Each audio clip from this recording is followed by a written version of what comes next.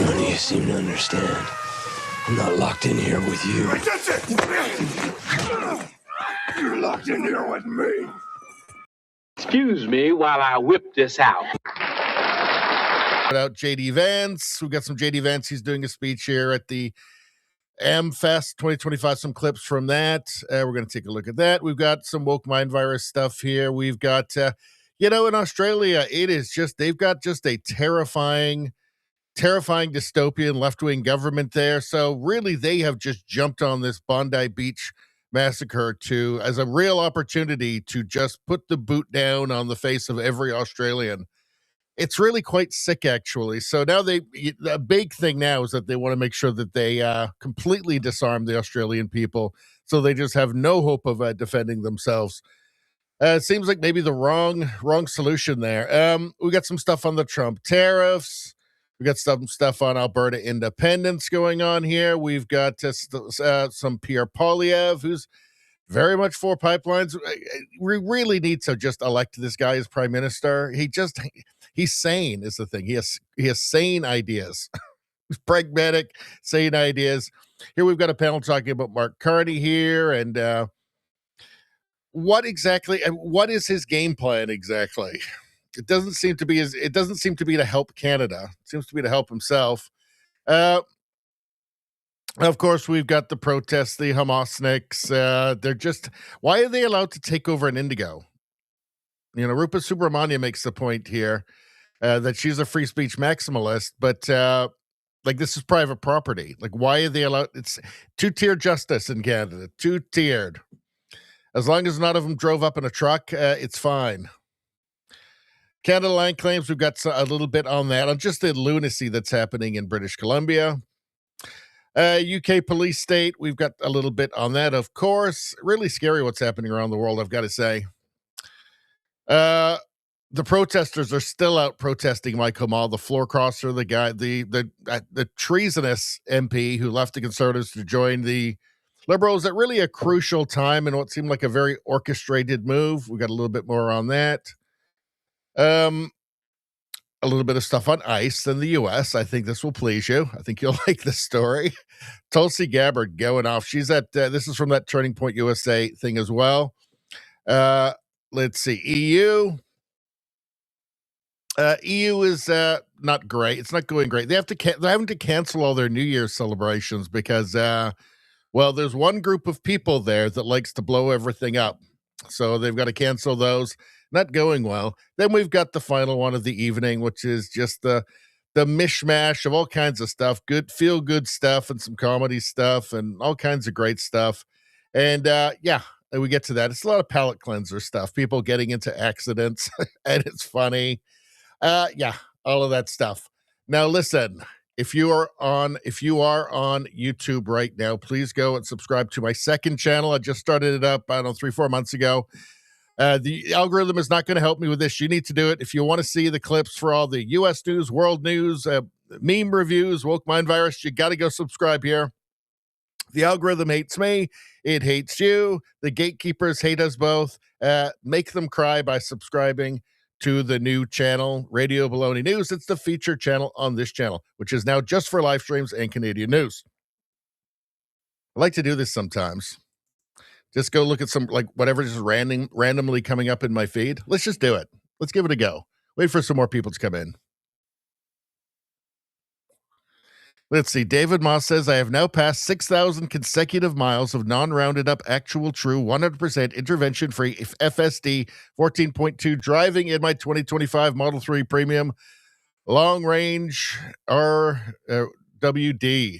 This journey has taken me 17 states, 6,000 consecutive miles. So that's just the, so this is the automatic computer AI driving, right? I don't know how I feel about it. I got to be honest. Over 6,000 consecutive miles using Tesla full self-driving. I mean, I guess this is the future. Everybody will do this until, of course, it's, Skynet decides to terminate all of us, and then the car will just lock the doors and self-terminate with you inside. Gonna make itself blow up. So that's the inevitable thing. But I guess you could get lots of naps in the meantime. Before your car decides to incinerate you.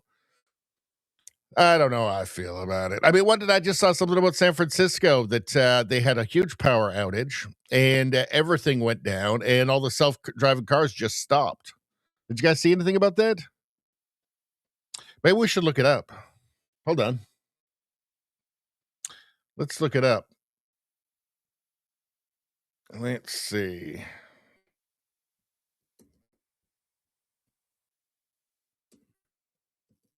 Unless I was dreaming. Maybe I was dreaming. I did have a nap this afternoon. Let's see. Oh, here we go. All right. Oh, God damn it. New York Times. No, I'm not doing your paywall. Fuck you. Let's see. Here we go. All right. San Francisco power outage puts 130,000 in the dark as self-driving car service stops vehicles in the street. 1/3 of PG&E customers in city lose electricity with significant transit disruptions and traffic jams reported. So these cars just stopped. These self-driving cars just stopped, like in the street, leaving self-driving cars stalled in the streets. Look at that. See, I don't like that, right? I don't like that. But I guess if it's one of those self-driving cabs where there's no driver at all, that's different than if you are in the driver's seat of a car and you can just turn it onto manual. I guess. I don't know. Maybe not. You still get incinerated, though. They still want to incinerate. Let's go. James Lindsay, anti-communist, posted this. It says, President Trump openly and strongly denounced white supremacy at Charlottesville in 2017, even though the media tried to hide that part from everyone. It really was disgusting, the way that they misleadingly, the way that they edited that clip in a misleading way to trick people into thinking that Trump was supporting Nazis. I mean, just evil. And it just went on. It was like this zombie propaganda that and in fact, it lives on. Looks like my YouTube stream has just been temporarily blocked because we detected video belonging to someone else. I wonder if it's this. Hold on a second. Give me 1 second.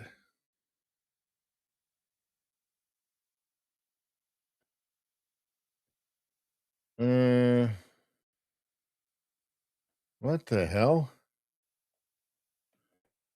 Give me a second. Maybe I can't. Maybe it's the WWE clip. I don't know. So it looks like the stream still going on YouTube? Can somebody go to YouTube and tell me if the stream is still happening? If it's still working? Huh. I don't know. So I'm going to have to get rid of that, I think. Hold on. And put this on. There we go. So somebody let me know. Somebody go on YouTube and let me know if the stream is still live there. Because I just noticed I've never had that happen before, actually. Huh. Showing nobody's on it right now. So I don't. Please, somebody. Yes, if somebody could go and check, that would be handy. I guess I could do it myself too, but I don't know. I'm trying to have a stream here. Let me just think. Stream unavailable. Stream suspended for policy violations. Okay. Well, I guess fuck that. Let me just see. Stream unavailable. Policy violations. So I guess there's I think it must be that new clip. So how do I shut it down then?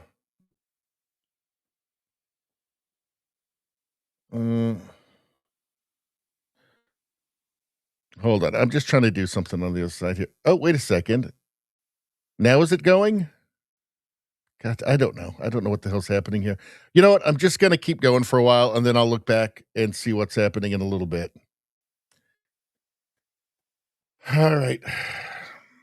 What are you guys saying? Let's go back to the chat. Rosie says dogs have the same one bowl strategy. I hear. Well, Trudeau Survivor says that he saves dishwashing by just using one bowl for all meals, which is a good strategy. I like that strategy. Yeah, I use one coffee cup, so that's good. Let's see.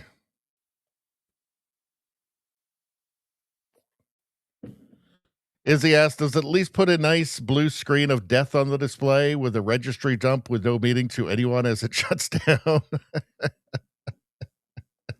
It looks like we're running on YouTube. It looks like it's going again. We've got somebody live on there. It looks like it's actually running. Okay, good. All right. No, it just had this saying that said I'm stupid and it hates me. YouTube hates me. So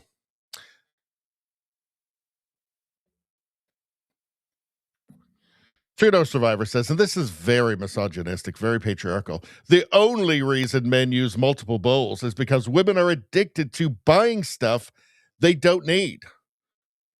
Very patriarchal. I don't endorse that at all. Let's see. Trudeau Survivor says YouTube stream is dead. Ottawa James says, yep, live on YouTube. Okay, right. Possibly don't show clips we don't approve. Yep. Let's see. Ottawa James says, yeah, you are back on YouTube. Okay, good. Spambot, how you doing? Let's see. Spambot says, haha, I have one bowl, one mug, one steak knife, one butter knife, one soup spoon, one teaspoon, and a dozen chopsticks. So let's go over that again. One bowl, one mug, one steak knife, one butter knife, one soup spoon, one teaspoon, and a dozen chopsticks. He lives a Spartan existence. I admire that.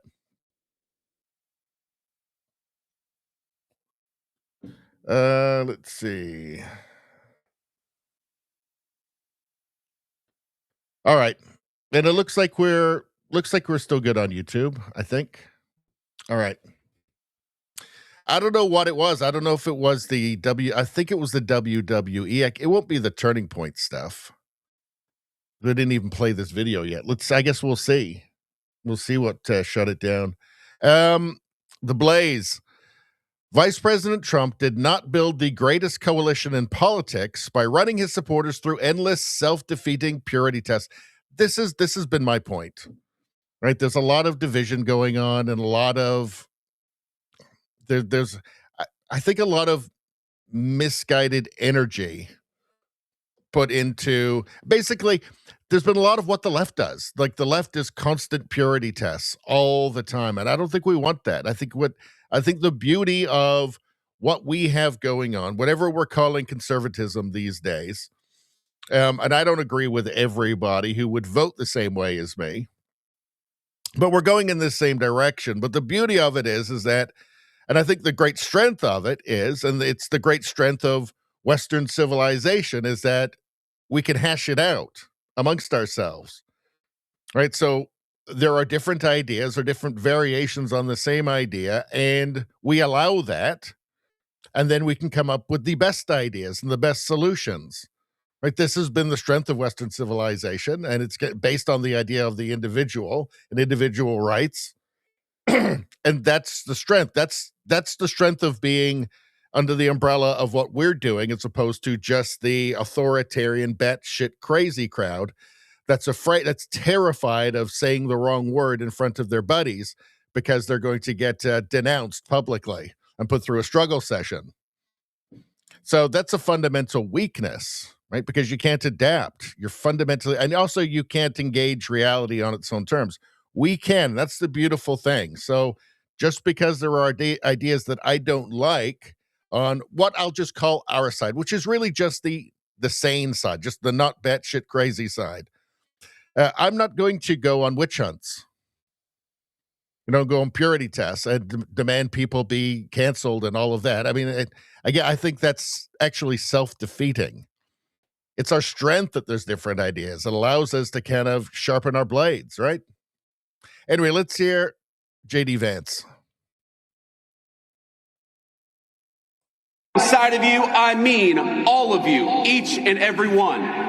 President Trump did not build the greatest coalition in politics by running his supporters through endless, self-defeating purity tests. He says, make America great again because every American is invited.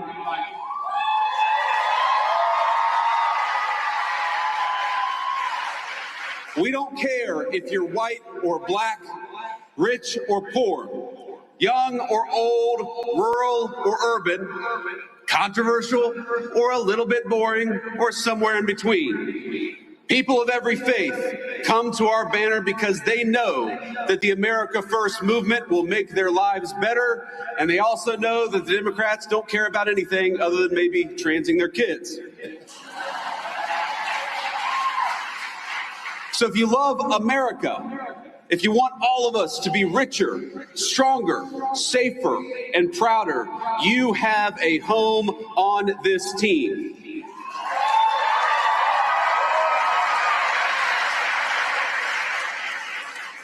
I didn't bring a list of conservatives to denounce or to deplatform, and I don't really care if some people out there, I'm sure we'll have the fake news media, denounce me after this speech. But let me just say, the best way to honor Charlie is that none of us here should be doing something after Charlie's death that he himself refused to do in life. He invited all of us here.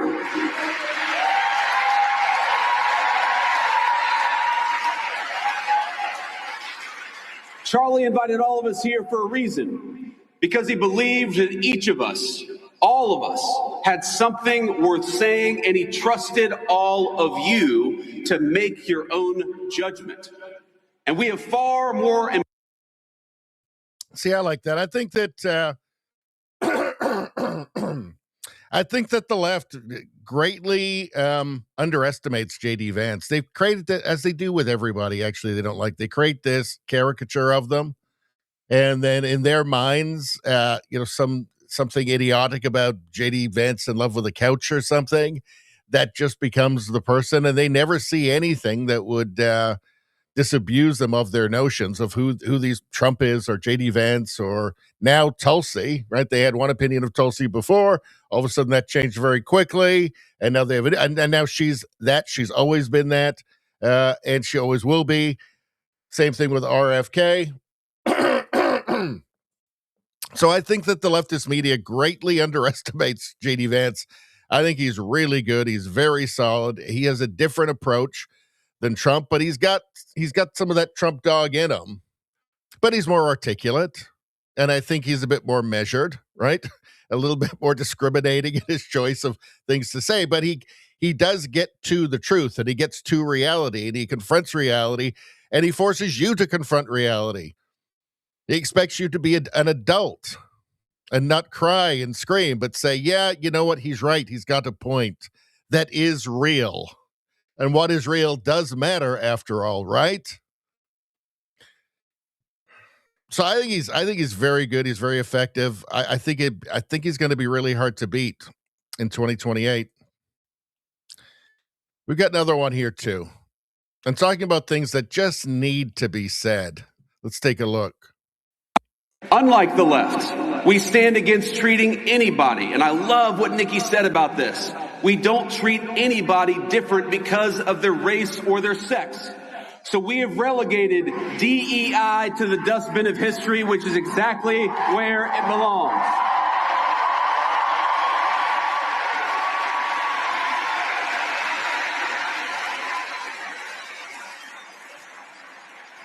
In the United States of America, you don't have to apologize for being white anymore.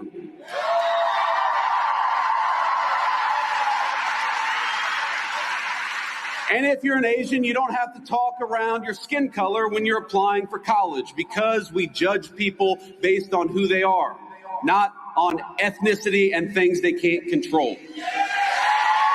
I'm so glad he said that. He's referencing like Harvard there and them not, and then them basically, he's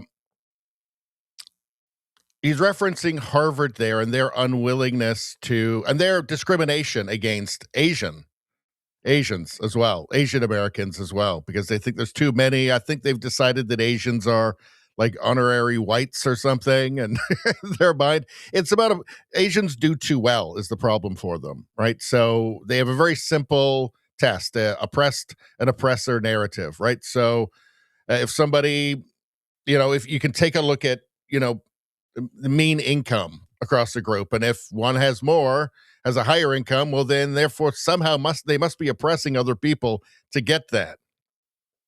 So I'm glad he added that on, because it really does put the lie to the whole narrative, the whole white supremacy narrative and systemic racism narrative about white supremacy and all of that. Like, Asians would not be able to actually outperform white people in a white supremacist country. Obviously, that just disproves their whole thing. Just the entire foundations of their ideology shakes and crumbles with this. It destroys it. Clearly, a white supremacist society would not allow another race to outperform them in their own country. Clearly, that would not happen. It disproves their whole thesis, right? The whole white supremacy thing. So they have to kind of then go on and pretend, well, somehow Asians are kind of white supremacists too, or they're the same thing somehow, and blah, blah, blah. They have to tie their brains into pretzels to figure it out. And it's amazing that you'd have to get up. It's on a stage, a politician, the vice president, say, like, you don't have to be ashamed of being white. Like, you don't have to apologize for being white. Obviously, we don't expect that of anybody else. But in any case, let's continue. We don't persecute you for being male, for being straight, for being gay, for being anything. The only thing that we demand is that you be a great American patriot. And if you're that, you're very much on our team.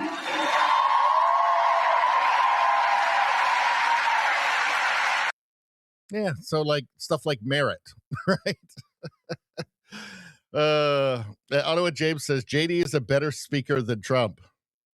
He's different. I wouldn't say, he's more articulate than Trump. I wouldn't say that's better, though. What Trump has managed to accomplish with his language, which his language is, it's not like he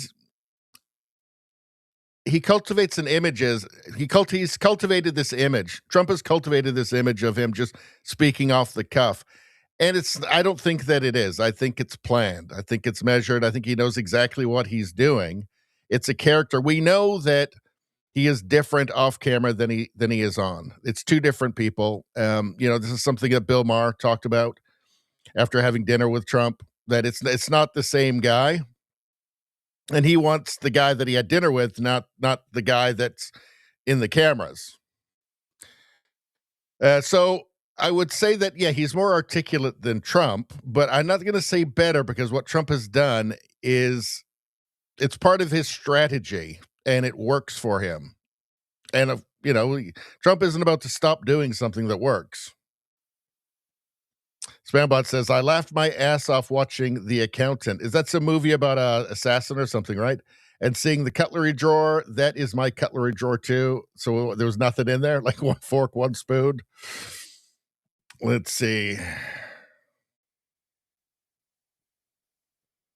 Trudeau Survivor says, the YouTube stream has disappeared in my subscriptions, but if I click on your channel, I can find it and it's running. Yeah, I think that's why the views have gone down so much, is that they've started hiding my stream. If they don't put it if they don't put it on the homepage, nobody's going to see it, basically. and that's a strategy because they started picking up stream and it started getting, we had a few streams where it was getting into, over the 1,000, 1,500 people or something. Not all at once, but over the course of the stream. And then it just dropped again. And I think that's part of their algorithmic strategy. So if they identify a stream that they don't like, it's just basically hidden. If you can only get to it by clicking on the channel, it's basically hidden. Most people aren't doing that. Vast majority of people aren't doing that. So I think that's part of their plan, their gatekeeper plan. And not just my channel. I think that's across the board. I think it's a lot of channels they do that too. It's just an automatic thing that the algorithm has been trained to do. Let's see.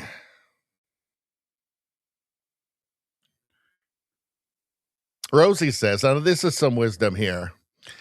Some women are trying to civilize the man. Others realize there are more important things in life. Bravo. Amen. Right there. Amen. Let's see. Izzy says, you're a wrong thinker. I am. This is why I keep showing the second channel on YouTube, which I started this channel just to see what was going on out. Like if my channel had been flagged, basically, and had been prevented from really growing for a long time. And basically since it started. And yeah, it has. It has. I mean, this is, this channel is not growing fast either, but views-wise, it's not much different from the main channel that's been around for years. This one's only been around a few months. It's pretty clear that, there's something going on. But this is why I say you guys I have to tell people, go subscribe to the new channel because the algorithm is not going to just show it to you, Let's see. What else are we talking about? All right. Okay, let's get back to the news. What else we got going on? Do we have anything else in here? What have we got here? So that's an old one. We don't need... did we watch this one? All right, we already saw that. Let's move on. We're 34 minutes in already. Wow.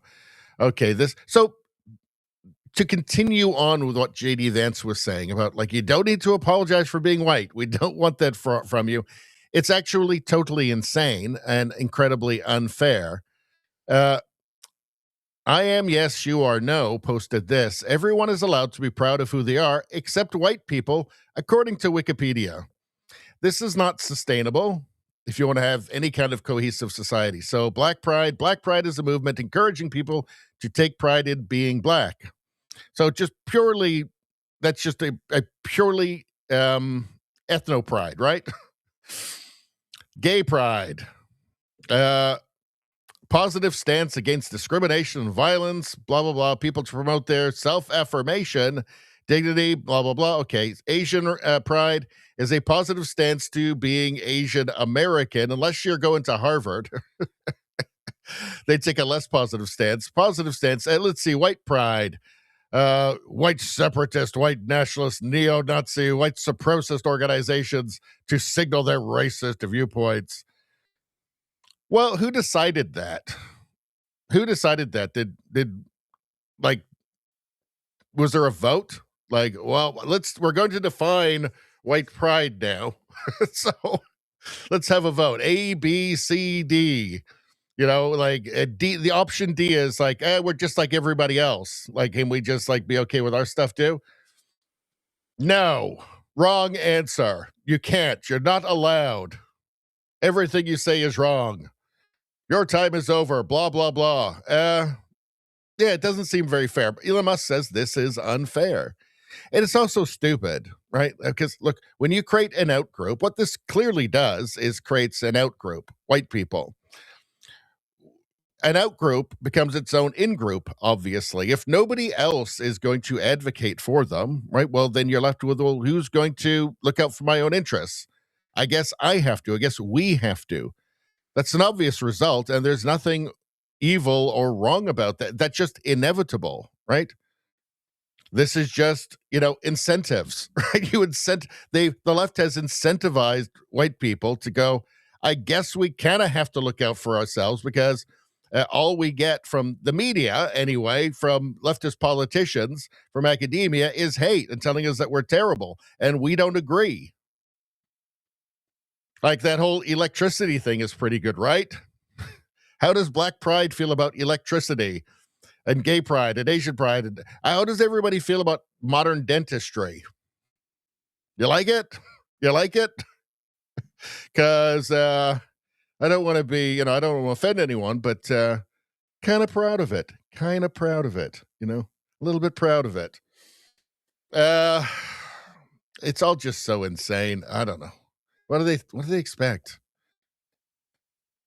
Let's go back to the chat for a second.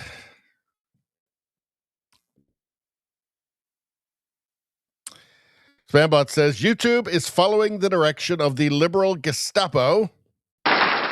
They suppress channels that are critical of liberals and or critical of the bot media in Canada. 100%. Let's get some applause. Ooh, the crowd likes that one, Spambot. Let's see. Rosie says, pride goeth before a fall. Wise words. Wise indeed. Izzy says, I'm sure AI confirms white people, especially men, are the worst people on the planet, and it's okay to treat them as less than human. I'm sure ChatGPT does. I don't know about Grok. Grok's definitely better than the rest of them. But, all right. All right. So, you have, how many times have we seen this story? So there's an Islamist attack so in Australia, they have an Islamist attack on Jewish people on Bondi Beach. And the remedy to this is to make their citizens defenseless, more defenseless than they are already, and to blame the right and say that's who we really have to be worried about. The people who haven't really done anything, or it happens rarely, so that people like any country that's got millions of people in it, you're going to have some domestic people that are going to do crazy and terrible stuff. You are. The question is, do you need to import colonies that are guaranteed to do more and like way worse? That's really the question. Maybe that's the problem. Maybe the problem isn't the far right, whatever that is. Some kind of some really imaginary group, right? That's just vanishingly few people. Maybe that's not really the problem, but there's obviously another agenda at work here. It's the only thing that explains it. I mean, the main problem is obvious. Everybody can see it, except for the Prime Minister of Australia, apparently, and his lackeys. Let's take a look. Today, I'm also announcing that the government will establish a national gun buyback scheme to purchase surplus, newly banned and illegal firearms, the largest buyback since the Howard government initiated one in 1996. Oh, well, I didn't realize they were doing a gun buyback. Oh, well, that's obviously going to solve the problem, right? The terrorists will now just voluntarily give their guns back, right? They can do the buyback. Obviously, they're all going to be highly motivated to do that, clearly. Criminals, too, clearly. Good Lord. Australia's gun laws were last substantially reformed in the wake of the Port Arthur tragedy. The terrible events at Bondi show we need to get more guns off our streets. We know that one of these terrorists held a firearm licence and had 6 guns, in spite of living in the middle of Sydney suburbs there at Bonnyrigg. There's no reason why someone in that situation needed that many guns. There are now more than 4 million firearms in Australia, more than at the time of the Port Arthur massacre, nearly 30 years ago. The government will introduce legislation to support the funding of this buyback scheme and meet the costs on a 50-50 basis with states and territories. We expect hundreds of thousands of firearms will be collected and destroyed through this scheme. Consistent with the approach that was taken in 1996, the government is proposing that states and territories will be responsible for the collection, processing and payment to individuals for surrendered firearms. The only problem that I can see with this is that it has absolutely no chance of working in any way and is completely divorced from reality. Yeah, Yeah, countries have disarmed their Canada right now, right in the process of continuing. Canada right now has gun crime spiking, and the government's solution is to take firearms away from legal gun owners when all of the crimes are committed with illegal, non-registered guns. Right? Not working, not working, and they keep doubling and tripling down on this. This hasn't been proven to work anywhere.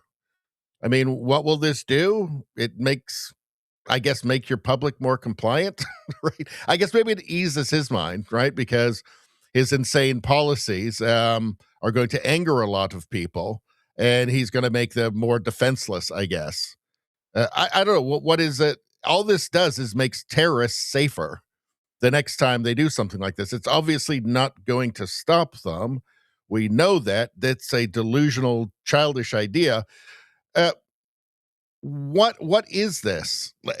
Are they fools? Is he a fool? I don't think so. I think he is Keir Starmer. He is Macron. He is Trudeau. He is Carney. Right? He's Kamala Harris. He's Gavin Newsom. Like, there seems to be especially when you look at world leaders, there seems to be a plan that they're all on board with, and nothing can dissuade them from their plan. Their totalitarian, authoritarian plan, just to consolidate power, weaken the public. The move towards, Chinese-style totalitarian. The move towards Chinese-style technocratic totalitarianism. So it's a plan. And these guys all meet up in Davos every year.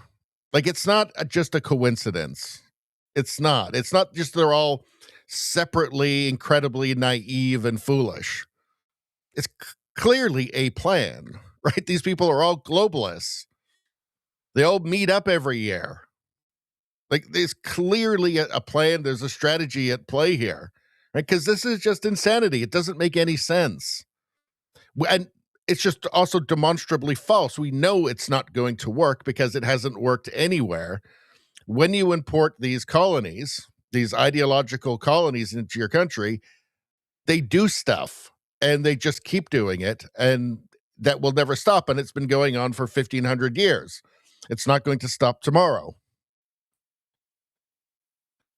Does he know that? Yeah, I don't think these people are just fools. I don't think they're just naive. I think there's a plan, and I think they do not care about the well-being of their own citizens. They care about the plan. That's my thought. Let's see.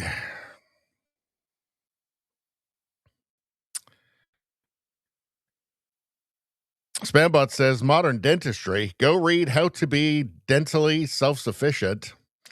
I don't know. I mean, look, people used to die from like cavities all the time, like abscesses and stuff. Like, modern dentistry is a good thing. Let's see.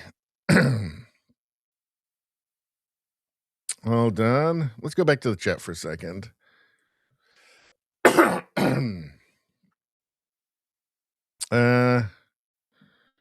The one-handed shotgun instructor for Rosie. Yep. Let's see. And money by the mouthful. Well, I'm sure people I'm sure people get unnecessary things done, but I mean, modern dentistry, pretty good thing, right? Like, literally, just that alone adds decades onto people's lives. Let's see.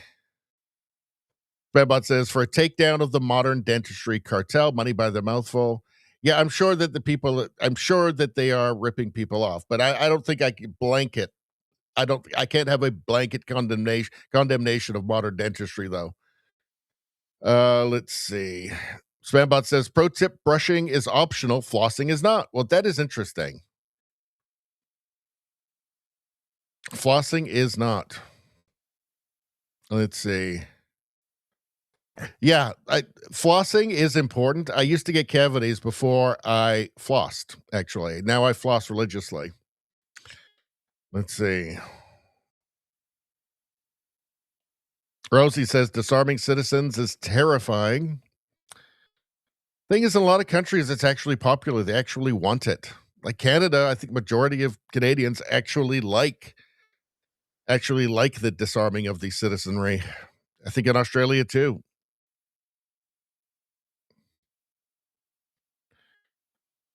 Izzy says if these people can't get a gun, they'll use an alternative that is available. Taking guns just ensures nobody will be able to stop them, and they'll get guns anyway. You know, but a cell isn't going to be able to get you. They're going to get guns anyway. All right.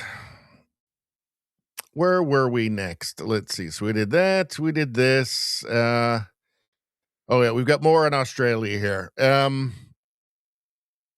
What's this? Avi Yemeni, Rebel News, Australia. For those asking why the Prime Minister isn't speaking at the Bondi event tonight, when he arrived, he was heckled, booed, and met with chants of shame. He says Albo is done. It's from everything that I've seen from him, he should be. It's appalling.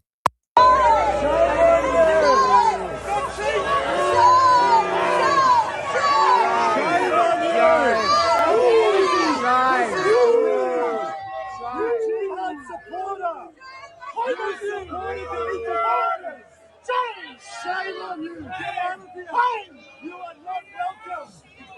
You don't represent Australia! Jihad supporter, they say. I mean, this is the guy who immediately went to, well, it's the far right. The far right we've got to worry about. The far right. Dressed in black, walking down the street. Like, what did they do? He's worried about people dressed in black walking down the street who haven't killed anybody. It's just this immediate. It's like they've got nothing else. It's like their abilities to manipulate have just completely atrophied. All of the leaders like Albanese, like Keir Starmer, it's like their ability to trick you, to manipulate you, have just totally atrophied because they had it so good and so easy for so long. Just any kind of pushback on anything, and well, it's racism, it's phobia, blah blah blah. You know, the magic spell that's supposed to shroud your mind with confusion and fear and make you look down and say, oh, I don't want to be called a bad name. It doesn't work anymore. Nobody cares. Those words don't mean anything anymore. Right? Typically, I think many people, many people, when they hear those words, it means nothing to them. They just think, oh, they're trying to manipulate me. They're cynically trying to manipulate me.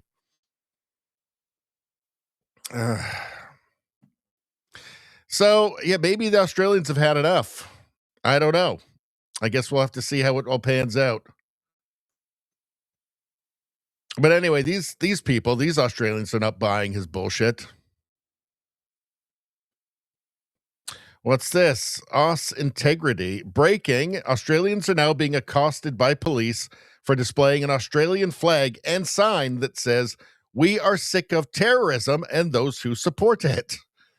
The claim, incitement. Oh, yeah. Australia is on the expressway to a very dark place, they say. Let's take a look. I don't know when this is from. Let's take a look at the date on this. December 20th, 2025. Let's take a look. Been notified about the sign. The reason we've been called here is, I believe, an interaction occurred with council this morning in relation to your sign. Yep. We've been notified about the sign. Whilst it's not offensive, in this current climate, there are concerns in relation to it being present on the main road that could incite further issues. All right? In what respect, then, hang on, I want to ask you a question. Can we go and have a look at the sign? Let's go and have a look at the sign, and then you can explain to me what you think is inciting about my sign. What part of my sign do you think? Which word? We are sick of terrorism and those who support it. We are sick of terrorism and those who support it. This is what the police are worried about. Signs that say we are sick of terrorism and those who support it. So can we all agree that terrorism bad and those who support it bad? I think we can all agree on that, right? On there. As I said, Yep. It's not offensive. Yep. The issue is we're concerned Yep. in the current climate Yep. that will give people an opportunity to damage, destroy property. You've listed your address on there. Yep. And then do you know what it says on there? What does it say on there about my address? It says here, come and have a what? Conversation. A conversation. Okay? Unfortunately, in this current, the reason we've been called here is, I believe, an introduction. So they're worried that it's going to incite the terrorists, right? I don't know. Maybe the government should incite them by getting them the hell out of the country, getting rid of the terrorists. I don't know. That seems like a kind of a plan. I mean, you've got an issue when they're citizens. Certainly anybody who's not a citizen of any country, and other countries aren't shy about this, by the way, get them out. They just get them out. They're like, no, you don't have a right to be here. And I think that in the future, at some point, they're going to have to look at, at removing citizenship from people. How you can't just have it forever. Eventually, people will just get sick of it, right? Now, that's a tricky issue when you get to citizenship, but I mean, if you think people are sick of terrorism now, just wait. Just wait. Let's see. What's going on here? Let's see. Breaking. The Australian Federal Police confirms it is being tasked as a flying hit squad to target, guess what? Hate speech. Hate speech. Significantly lowering the threshold in which it will put ordinary Australians in handcuffs for dissenting views.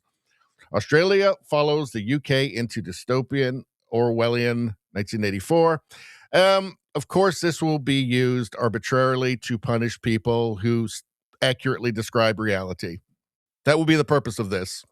Essentially, the National Security Investigations teams are a flying squad of hate disruptors who focus on high harm, high impact, politically motivated violence, communal violence, and hate crimes that don't meet the threshold for terrorism investigations, but that we know drive fear and division.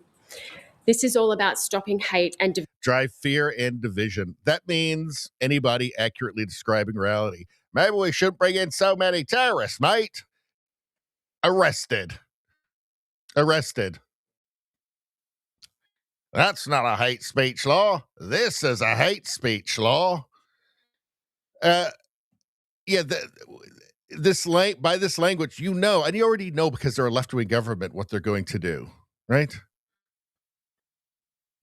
vision earlier and well before it leads to violence. So far, this crack squad has charged 14 individuals across 13 investigations, and of those, 4 individuals across 4 operations were charged for offences relating to anti-Semitism. The teams were responsible for a recent week-long national blitz on the distribution and display of prohibited symbols and for charging a passenger who only this week allegedly threatened violence toward a member of the Jewish community on a flight from Bali to Sydney. The announcement today to boost the numbers of our hate disruptors, as well as planned changes to lower the threshold for hate speech, will make it easier for the AFP to take action quicker. It could be the difference between us just knocking on a door to warn an individual. This is going to be used against dissenters, against people criticizing their immigration policies or just anything they do. That's the purpose. They see this stuff as not as a tragedy, but as an opportunity. That's every Western country. If leftists get into power, that's what they do. Yeah, massive gun grab program following terrorist attack, because that's the problem. Legal gun owners are the problem. Now, apparently one of the terrorists did actually have some legal guns, but again, I don't see the logic in saying, well, all of them have to lose their guns now, because you know that there's going to be more attacks and you're just making people defenseless. It just makes it easier for them the next go around. And it was, unfortunately very easy for them the last go around. They want to make sure there's absolutely no chance any good guys stop the bad guy.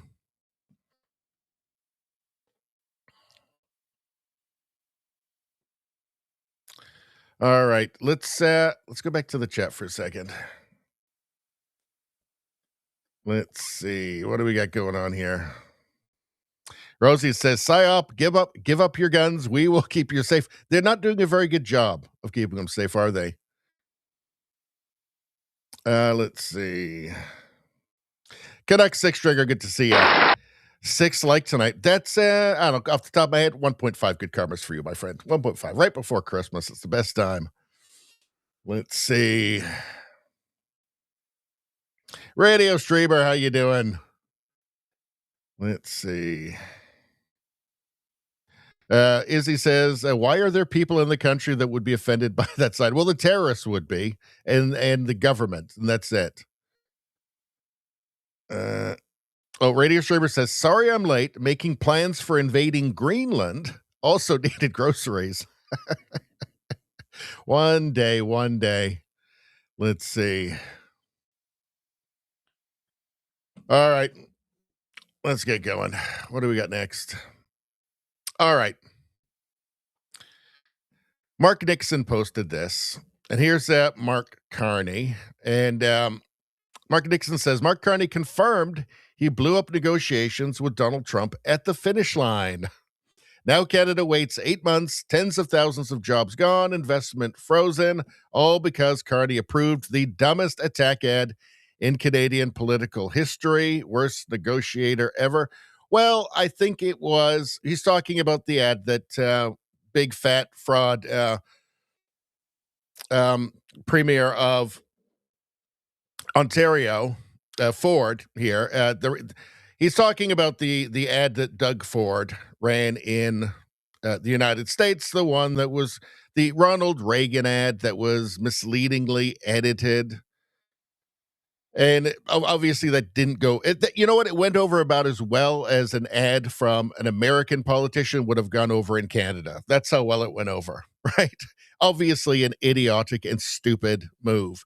Carney knew about it. He didn't tell him, don't do it.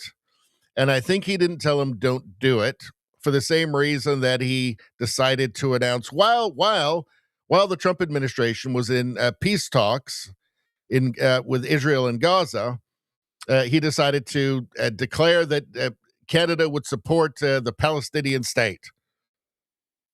He must have, unless he's a complete idiot, he must have known this was going to piss off Trump a lot.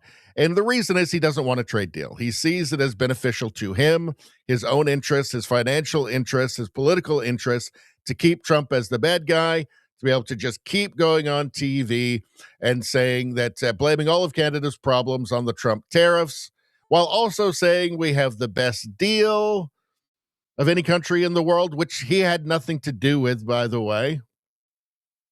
While also not mentioning that it's gotten worse. Like steel tariffs, for instance, have doubled under him. So the deal we have now is actually worse than when he first got in. But he wants to use it. Yeah, he wants to use Trump for his own schemes, his own goals, his own designs. Right? So he doesn't want a trade deal. He's blown it up on purpose multiple times now. To me, it seems fairly obvious, unless he really is just utterly and totally incompetent. I wanted to ask you something, just to be clear, based on a number of interviews you've done recently. Is it your view that if Premier Ford had not launched that ad in the United States, that sectoral tariffs would be lower right now? It was the case that we were close to an agreement. We didn't get that agreement. The terms of that agreement, from our perspective, are still on the table. The U.S. has not picked up that part of the negotiation. An agreement that would benefit, first and foremost, Canadian workers in steel, aluminum, in energy, some other sectors, but would also benefit the United States tremendously. My judgment is that is now going to roll into the broader CUSMA negotiation. So we're unlikely, given the time horizons coming together, to have a sectoral agreement. Although, if the United States wants to come back on that in those areas, we're always ready there. We're very ready. And I'll make one other point, head back.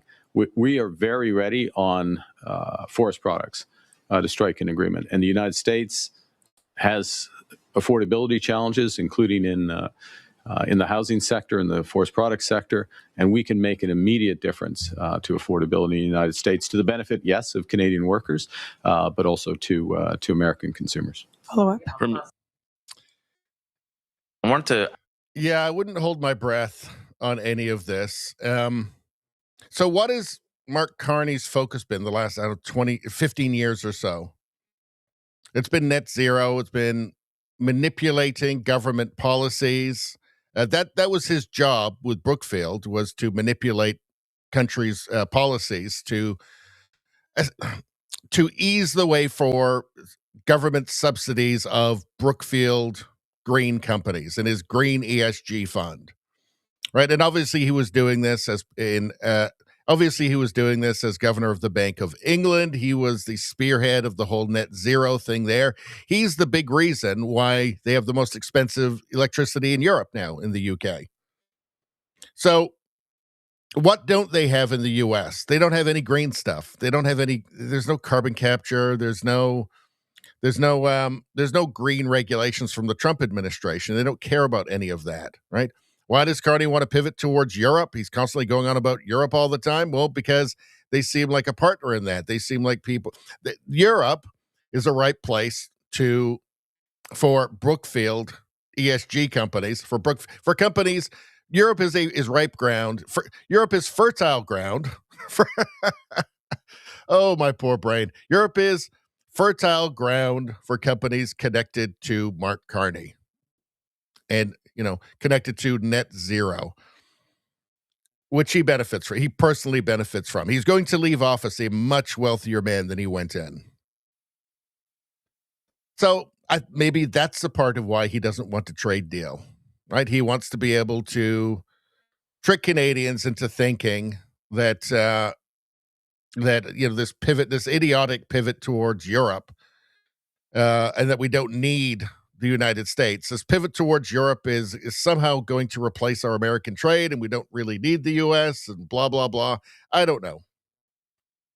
But it doesn't seem like he really wants a deal. Like, can he be so stupid as to okay that ad to run in the States and just have no idea how Trump was going to react, that Trump would be enraged by that and would stop negotiations? It's like, Trump's got a track record. It should not have come as a surprise to anybody. So is he that dumb? Or did he know exactly what was going to happen and he wanted it to happen? Was Doug Ford just doing him a favor? I think that he doesn't want the deal. Again, I think he sees it's going to benefit him personally, financially, in the promotion of his net zero utopian dreams, and also politically, because he can just keep using Trump as the boogeyman, as the bogeyman. So I don't think he's that dumb. I don't. All right, let's move on to the next one. So I think that Spambot sent this one in. Jeffrey Rath. 34 years championing First Nations rights, representing communities against oppression. What I lack in subtlety, I make up in sincerity. Jeffrey Rath. Okay, so what does he say? He says, I met with senior U.S. officials. They understand Alberta oil threatens Chinese interests. So let's take a look. He's on David Creighton's channel here.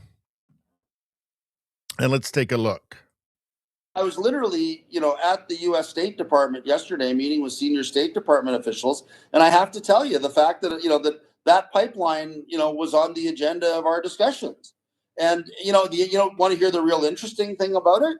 The Americans, first of all, are enthusiastic about the idea of Alberta independence. They see it as a very welcome way of getting rid of Chinese influence and control over the third largest oil field in the world.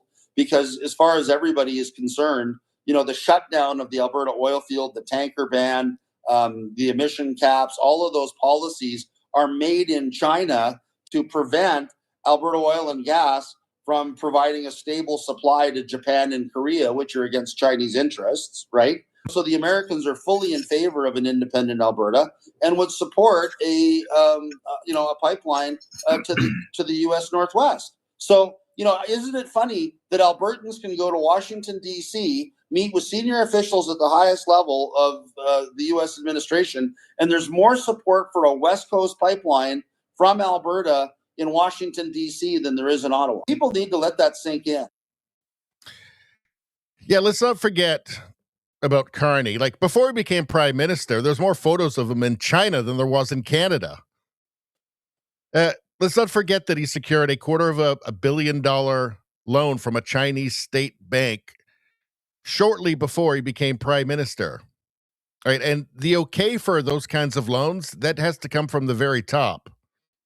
So, deep connections. Is this another reason why Carney is appears to be uninterested in dealing with the trade issues of the United States, getting a deal? Entirely possible, in my opinion. They understand Alberta oil threatens Chinese interests. Ottawa keeps blocking it anyway. Yeah. What's going on? Let's see. Well, we know that China has been interfering in Canadian elections, the last, 4 elections? They even interfered, to Carney's benefit, in the Liberal leadership race, in which Carney became the new prime minister. It's also interesting. I'm sure there's nothing to it. What is this? Oh, no, we don't need that one. All right, let's move on. So, talking about pipelines, here's Pierre Poilievre, and I think he's got a fairly pragmatic, reasonable opinion on this. This clip was posted by Mark Nixon. He says 75% of Canadians want pipelines, he says. Let's take a look. When it comes to building a new oil pipeline from Alberta to the BC coast, Pierre Poilievre vows to get it done. Nobody has a veto, not under our Constitution. Even over the objections of some First Nations communities. And what if after those consultations, the answer is still no? Well, the answer is given by the Prime Minister. And I'm running... I'm saying if the Indigenous leaders say no. That I will thank them for their input. And at the end of the day, the Prime Minister has to decide. And my decision, and I'm telling Canadians before the election so they can vote on it, is I will approve a pipeline. When it comes to... Oh, just sanity. Just sanity. Oh, God. It's just so nice and so rare to hear sanity now in Canada on the news. It's amazing. Just amazing. Oh, yes. That felt good. That felt good. You know, even over objections of Native groups. Did they like the $32 billion in transfer payments every year? They'd better be okay with it. They'd better be okay with the pipeline. I mean, I don't know. It can't just be. We've just gotten into this crazy left-wing doom loop in Canada, where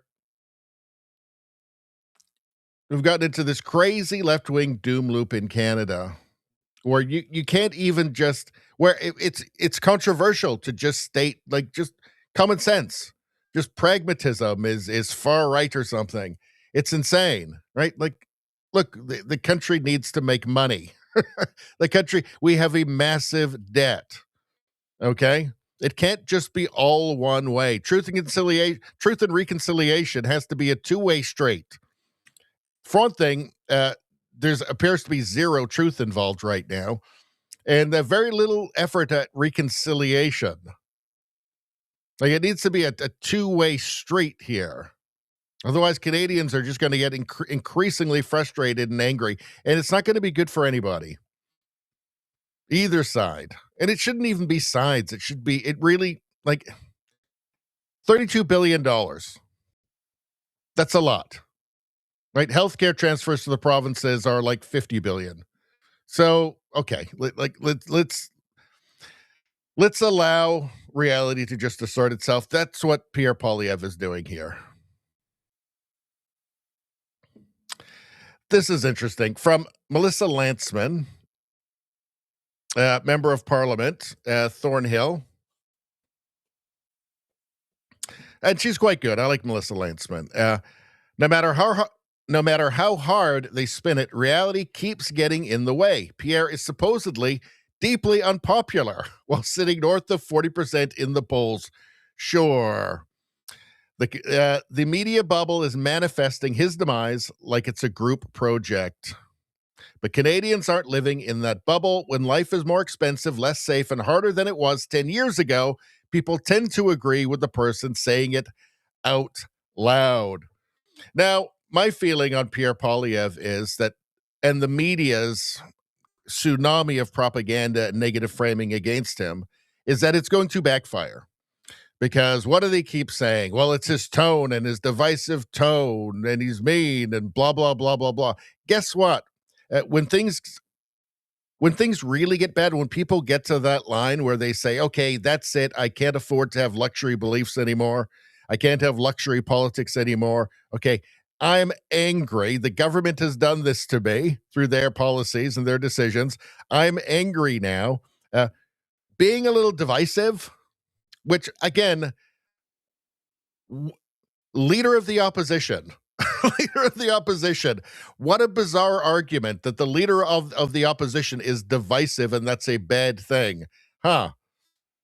He's supposed to advocate for different policies. But when people have finally had enough and they realize that they've been tricked and manipulated, they're going to want somebody who is forthright and maybe a bit divisive to represent them. That will be a plus.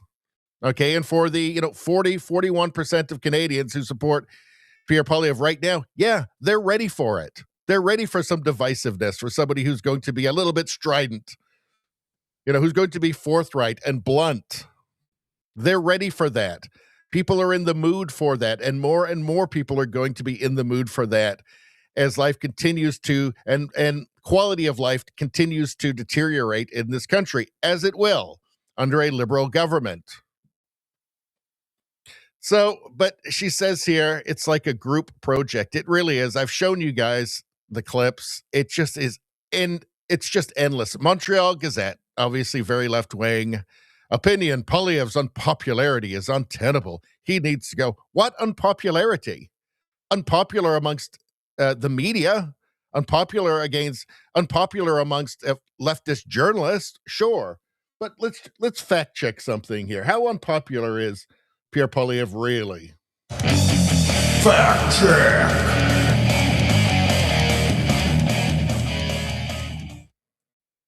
All right, we're almost there. Hold on. This will only take a moment. I just have to find... Hold on. There we go. All right. So just how unpopular is Pierre Poilievre really? Let's see. This charretiste modeling out of the latest Ipsos poll has Conservatives, if there was an election today, Conservatives winning the election. 151 seats to Liberals, 142. Not so unpopular. Let's see. Federal polling shows the Liberals and Conservatives are neck and neck. Abacus, 41%, 41%. How unpopular is he really? Well, he's as unpopular as Carney, apparently. They're not calling for him to step down, are they? Let's see. Oh, here's Pierre Poilievre against others that could lead the Conservative Party. How does he do by comparison? Well, he beats all of them. Stephen Harper, Doug Ford, Jason Kenney, all of them, he beats them, right? The rest of them, the Liberals win. Pierre Poilievre, he's very popular in the party, and he's not so unpopular with the general public as the mainstream media would have you believe. Here, latest Abacus data poll, December 15th. He leads in every demo except boomers, who have plus 22, who are just jealously guarding their home equity. They're just fine, apparently, with mass immigration for that reason. New Main Street poll, December 16th. Conservatives, 42.3%. Liberals, 41.3%. 41.3%. So, Montreal Gazette, opinion, Poilievre's unpopularity is untenable. He needs to go. But he's not. That's just a blatant lie. The reason that they're doing this, and this has been a constant talking point for the last couple of months on the CBC and across, the evening news channels, across mainstream media, it's been a constant talk. It's a fake narrative. It's just false. It's demonstrably false, and I've just proven it. And the reason is because they're afraid of him, because he's too effective. They know if there was an election tomorrow or if there's an election in the spring, he's got a very good chance of winning. He represents the main danger to Mark Carney. They know this. That's why they're trying to get him out so somebody less effective will take his place. That's what's happening. It's obvious that's what's happening. Their narrative is demonstrably false. Right? The numbers say we've got the data, right? The narrative is completely false.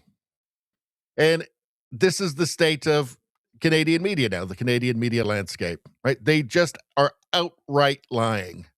This is an outright lie from the Montreal Gazette. An outright lie. Let's see. What else have we got? Wealth Moose. Pierre Poilievre in the last 12 hours didn't hedge. He drew lines. Let's see. Well, what has he said here on social media? He said,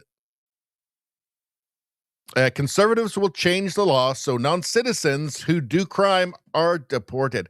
So when the media talks about how Pierre Poilievre is divisive and mean, right? This is what they're talking about. So anything common sense is divisive and mean. He was, oh God, I'm not even going to read that. Hold on. Here he says, Premier Smith is right. Biological men don't belong in women's sports, period.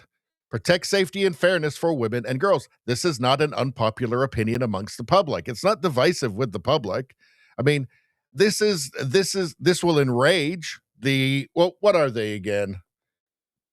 Small fringe minority of leftist lunatics. But this is not unpopular in Canada at all. It's divisive for journalists and for leftists, for far leftist media. This is what's required, though. This is what's required. And I think that the media's backlash, their attempt to negatively frame him constantly with this stuff, is going to backfire on them. Because reality always has the best argument, and it will assert itself. Pierre Poilievre, it's not a global phenomenon. Grocery prices are rising twice as fast in Canada than in the United States. Liberal media is scrambling to make excuses for Mark Carney's Made in Canada affordability crisis. The solution is simple. Take all hidden taxes off food to bring an affordable 2026. There are taxes on and fees on everything in Canada. Your airline ticket is way more expensive because of all this. Hotels in Canada. Like every time I book a room in a hotel, their hotel room's $120. There's like $40 of fees and taxes on top of that. It's like a third of the cost of the room. It's insane. Grocery price inflation, 4.7% in Canada, 1.9%. One thing the media will do is they'll take out like meat or something and they'd say, oh, see, it's not that bad. They'll take out the most expensive things, right? But yeah, the narrative is it's a global thing, and it's not really, actually. It depends on how idiotic your government is.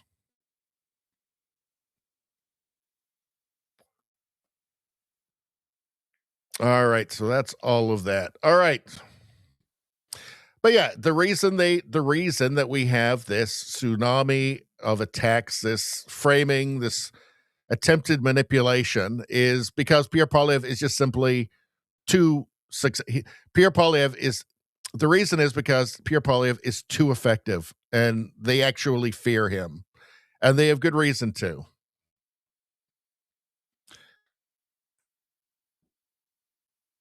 Let's see.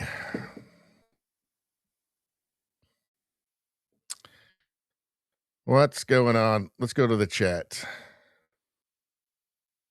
Ottawa James says, media finally asking some pointed questions.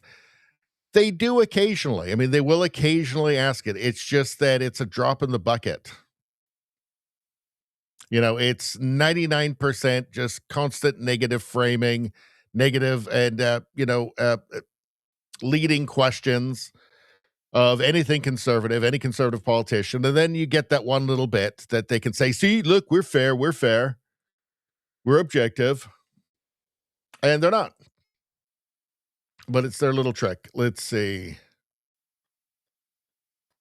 I was going to do an ad read, but I don't think I'm going to.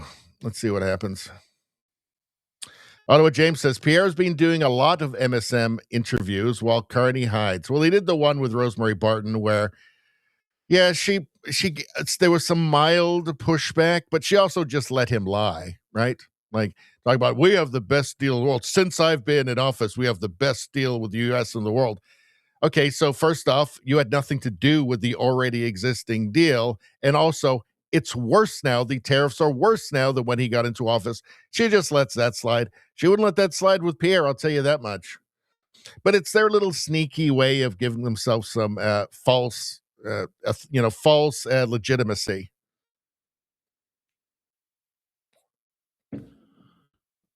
Spambot says, you should see my reply to Pierre. Where is it in the chat? Spambot says, I liked it better when it was a crime for journalists to tell lies. And Trudeau removed it. Of course Trudeau removed it. That's Trudeau. Rainer Schimmer says, your CBC is at least as commie-friendly as CNN. They're the same thing. It's like you just change the names, and it's the same script coming out of the teleprompter. Schreiber says, I do believe he is very popular in Canada. All I know is that after the 2016 presidential election, if I had any faith in polling at all, I no longer have it, neither in America nor any other country.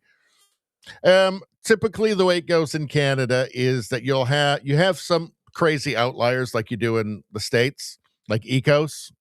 But you have some, like Abacus is pretty accurate. Now, they always underestimate the Conservatives by, a couple of points. Every single, a point and a half, 2 points, maybe 3 points, every single election. But, it's like we were very accurate on this channel on election night. We were very accurate in what the results were going to be. It was actually a little better than I thought. We underestimated a little bit, but we were quite accurate because I just simply did the research and went back the last couple elections and looked at which polls were most accurate. And then we just followed those. And we were right. I was right. I didn't say 100%. I didn't know what was going to go on. I mean, 2020 happened, right? That election happened with the drops at 3:00 in the morning of hundreds of thousands of votes that went 100% for Biden. But, what I said was that if everything is above board, it looks like Trump is absolutely going to win. So in Canada, you can do the same thing. But you just have to go with, 1, 2, 3 polls that are accurate and that you'll get a decent idea. Not for sure. And you have to factor in that they're going to underestimate the Conservative vote by 1% or 2. But you have to ignore aggregates is the thing. Because the aggregates include all of the ones that are just way off. They're totally biased and partisan, intentionally so, like Ecos, for instance. Izzy says, being sane is far right now. Did you say being sane or insane? Being sane is far right now. Yeah, that's it. Izzy says, poke your opponent in the eye while trying to reach an agreement with them isn't a wise move. That's what Carney has been doing. He did that with the Palestine thing. He did that with that idiotic ad. Let's see. Judas Driver says, Carney's ums and uhs are agonizing. He's not a great speaker. Ottawa James says, Carney is a boring pucker. What is he? He's, You lousy corksuckers. He is a cork sucker. Let's see.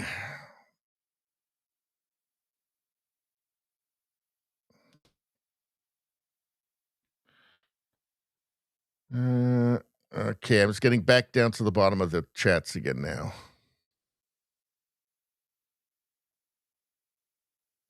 Rosie says, quoting, reality has the best argument, but denial and woke derangement is appealing to so many. Up to a point, right? There's a line that I think most people will get to when they realize that they've been fooled. And that's when reality really asserts itself and can't be denied. Ottawa James says, no, this is just mean. Rosemary Barton needs to cut down on her buffet habits. What? That was just vulgar. Just vulgar. Terrible person. Terrible, terrible person. And all of you are terrible by extension. Let's see. Ottawa James says, Nanos, I always add 3 points for the Conservatives. Yeah. Nanos is one of those. Yeah. I'd say a good 3 points.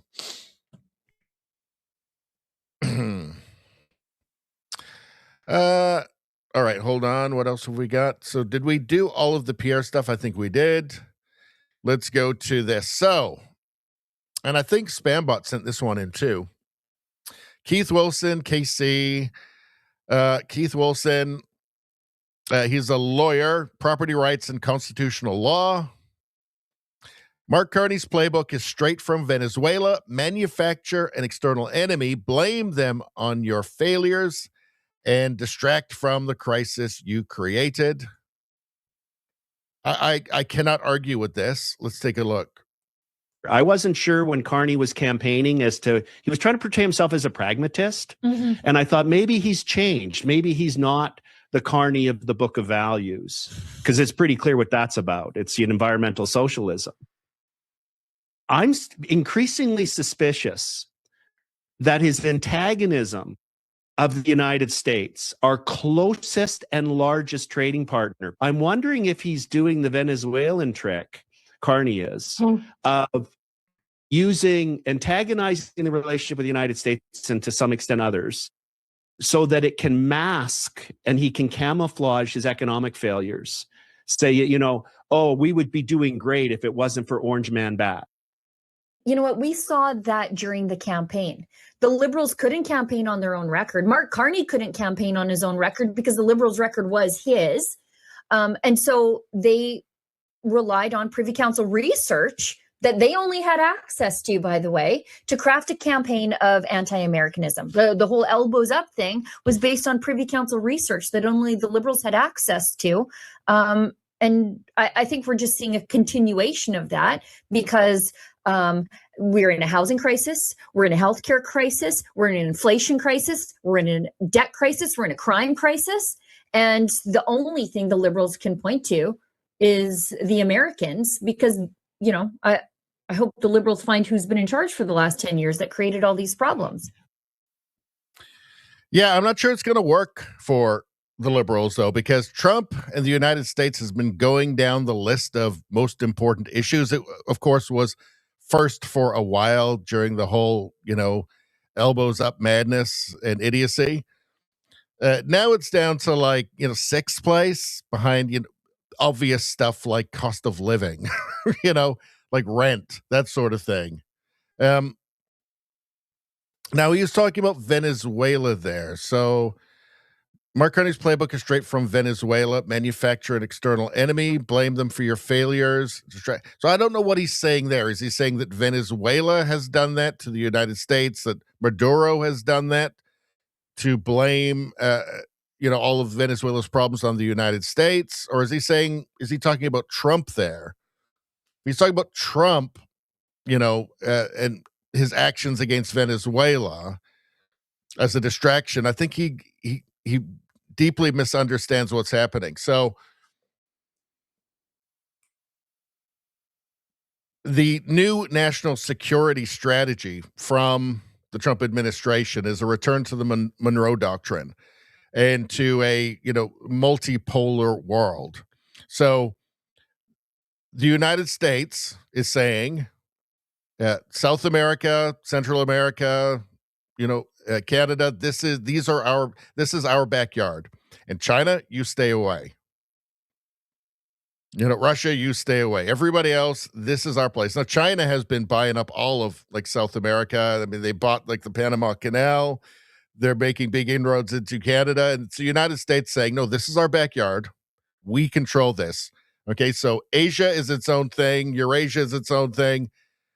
This Western Hemisphere, like North America, South, this is our place. Don't fuck with us here. That's what's happening. Venezuela has been, China's made huge inroads into Venezuela as well. They're supplying them with lots of weapons now. Yeah, that's what's happening with Venezuela. All right. What's this down here? I wasn't. All right, let's move on. What do we got underneath? Oh, here we go. So you want to see Canadian corruption just open. You want to see just open Canadian political corruption. Carney is named commissioner of the Foreign Interference Commission. Justice Marie Hogue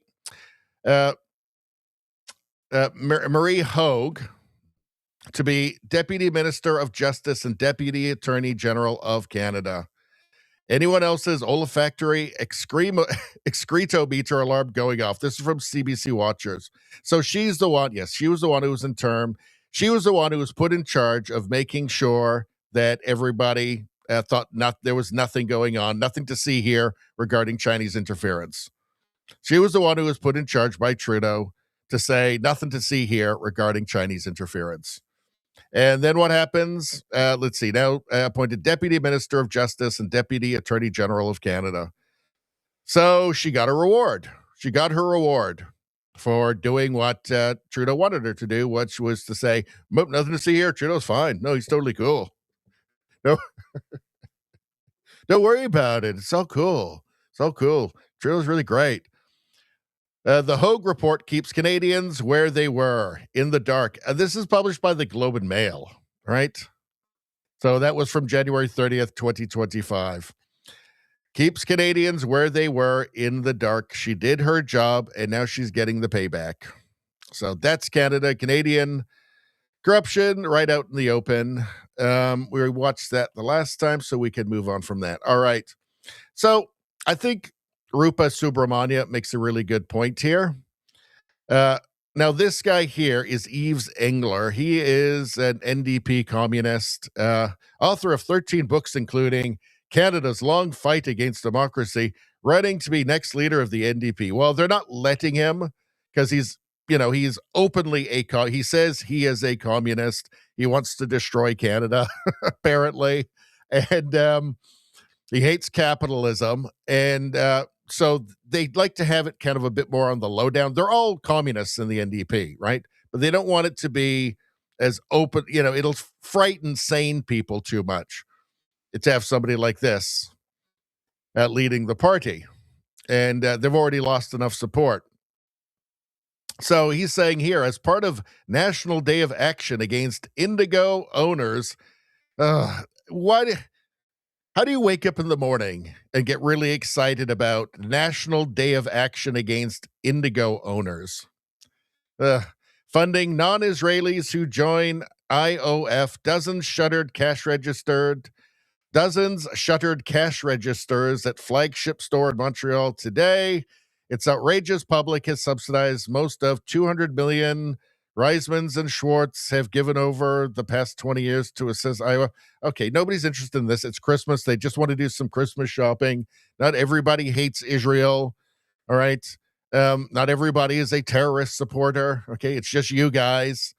And here you are just in a store. People are trying to shop. Annually to support foreign fighters in the IDF and their money spent on Indigo directly support the Israeli army and the Palestinian oppression. So, by the accent, that's obviously a new Canadian. Why did we need this? Why do we need this? They keep telling us diversity is the best thing ever. Really? It's always that. Isn't this the same moment? I keep hearing this awful, nails into your brain voice at these things. It sounds like the one who was screaming death to Canada, death to Israel, death to the United States on the steps of the Vancouver Art Gallery. You know, do they just like bus them around the country, fly them around the country to do these things? So people are just trying to do their Christmas shopping. They're not interested in this. And why do we need this exactly? Why do we need this? And this is on private property. So why are they allowed to do this? Like, I'm assuming none of these people have had their bank accounts frozen, for instance. Rupa Subramanya makes a good point here. She says, I'm a free speech maximalist, and as a longtime supporter of Israel, I've defended since October 7th the right of people protesting every week in Canadian cities against Israel. But an Indigo bookshop is not the public square. It's private property. This harassment and intimidation is illegal. How is this allowed? Well, is it the owners of the bookstore that are saying just let them do it? I guess I'd call the police. Would the police even show up, though? That's another question. They seem to tacitly endorse all of this. So, a free speech maximalist. I mean, I think this is an interesting take here. I mean, it's obviously true that that's private property. You shouldn't be able to just do that in a bookstore, somebody else's bookstore, I guess, unless they let you do it, which seems to be a bad choice at Christmas, which is, that's a big sales season. I wouldn't go to that bookstore if I knew they were there. My feeling is that, I mean, and you heard the person who, that awful woman screeching. If she's not a citizen, I'm perfectly fine with her just being deported. Just out. We don't need it. Why do we need it? Why should we have that? Right? It seems like things have changed in Canada. And no, just out. Out you go. If you're not a citizen, just out. And even permanent resident, I say just out. We don't need it. This is all just, to me, this is all just medieval barbarity. They just support medieval barbarians. Not interested in it. I don't see why. This doesn't enrich Canada at all. You've got people here who are just, I guess, well-intended morons, But if you're not a citizen, off to Gaza with you. Off to Gaza. Off to the place that you love. That's my feeling on this. You can't do that with citizens, but if you're not, I mean, I don't know. I hear the accent, and I think, is that person a citizen? When's the next flight to Gaza? All right.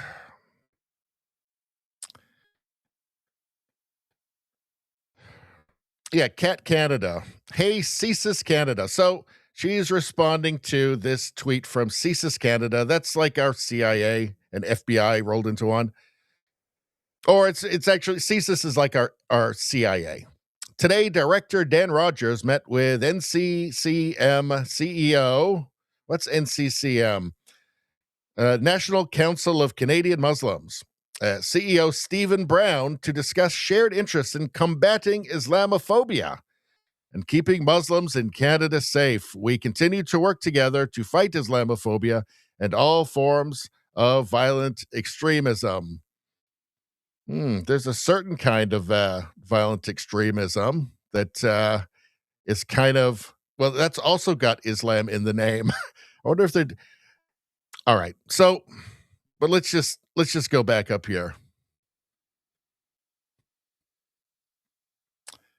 Violent extremism. Hey, CSIS Canada, instead of focusing on something stupid and non-existent like Islamophobia, let's not forget, phobia is an irrational fear. Let's not forget, irrational fear. How about you concentrate on the radicals who push Canadaphobia, you absolute clown cowards? Well, this woman here, in this clip, she's actually also calling for actual revolution. Right? That's not something that the truckers called for. They didn't call for revolution. But apparently, if you've got the right tablecloth, if you're wearing the right tablecloth on your head or around your neck, you can just say anything. It's no big deal. CBC certainly doesn't care. Let's take a look. Death to Canada! Death to the United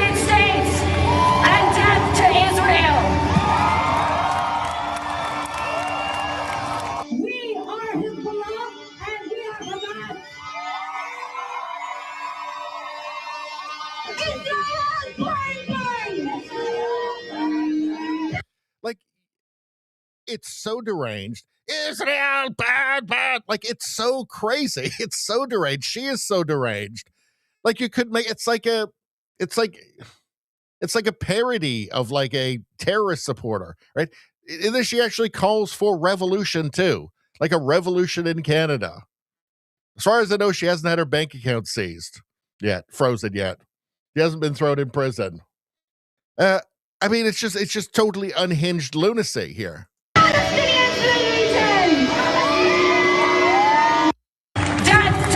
They're lighting the flag on fire. Continue to work together to fight Islamophobia. Nice work there, CSIS. Nice work. Keeping Canada safe. Great. Let's see. What else we got? Let's go back to the chat for a second. Let's see. Now, just very quickly for anybody on YouTube,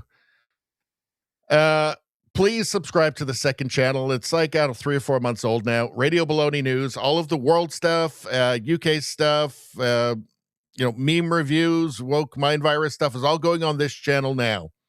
You have to go there and subscribe. YouTube is not going to show it to you. The algorithm hates you. It hates me.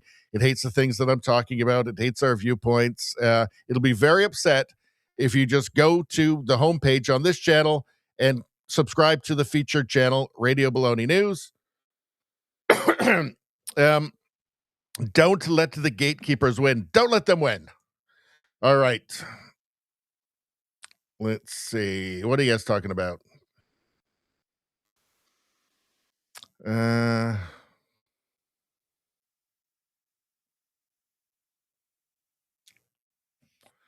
Spambot says, looks like my reply to Pierre's post got suppressed as possible spam. Cannot find it. Oh. I don't know anything about it.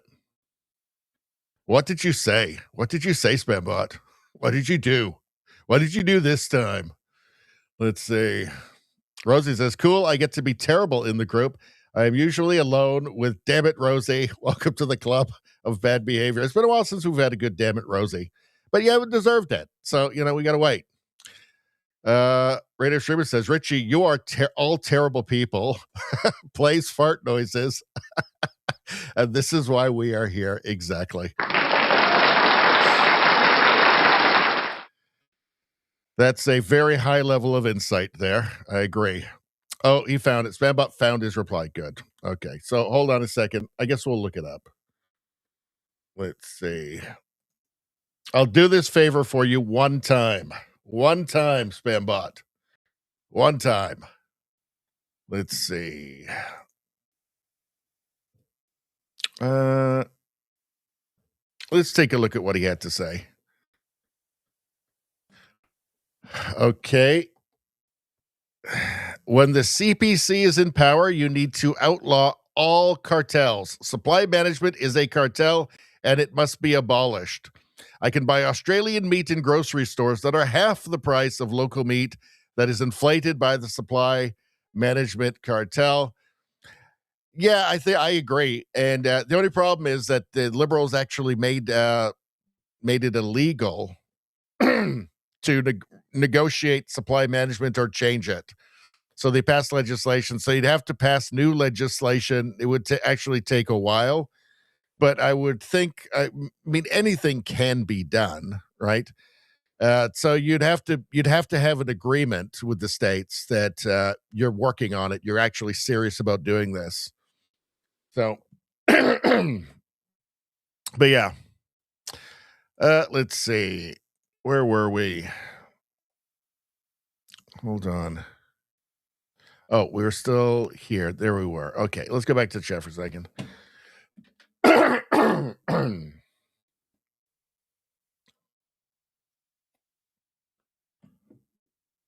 Let's see. Rosie asks, what is Carney's Venezuela stance he's using? No, he was talking about like Venezuela regarding the states there.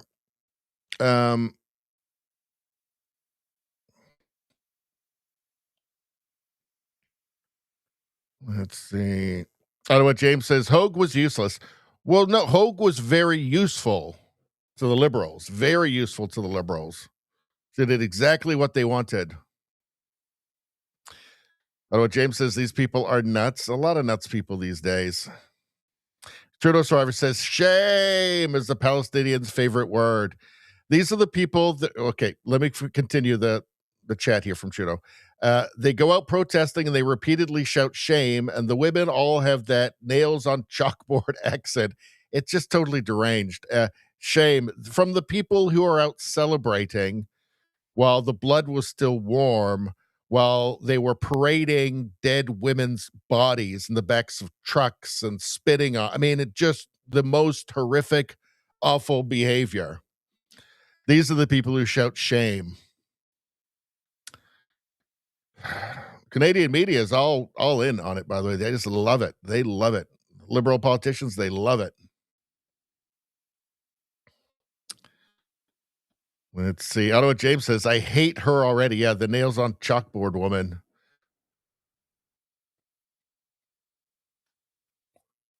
Izzy says, strange. I heard there was a Palestine protest here in Edmonton blocking one of the main bridges. Never seen anyone on the far right try that.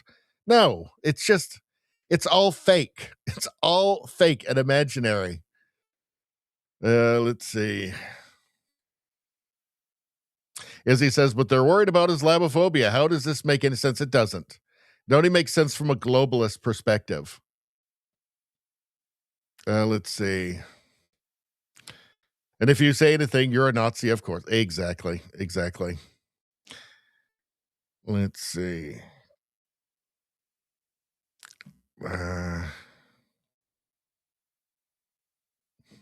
Nevada says, this chick is good wife material. She is. Fantastic stuff. Let's see.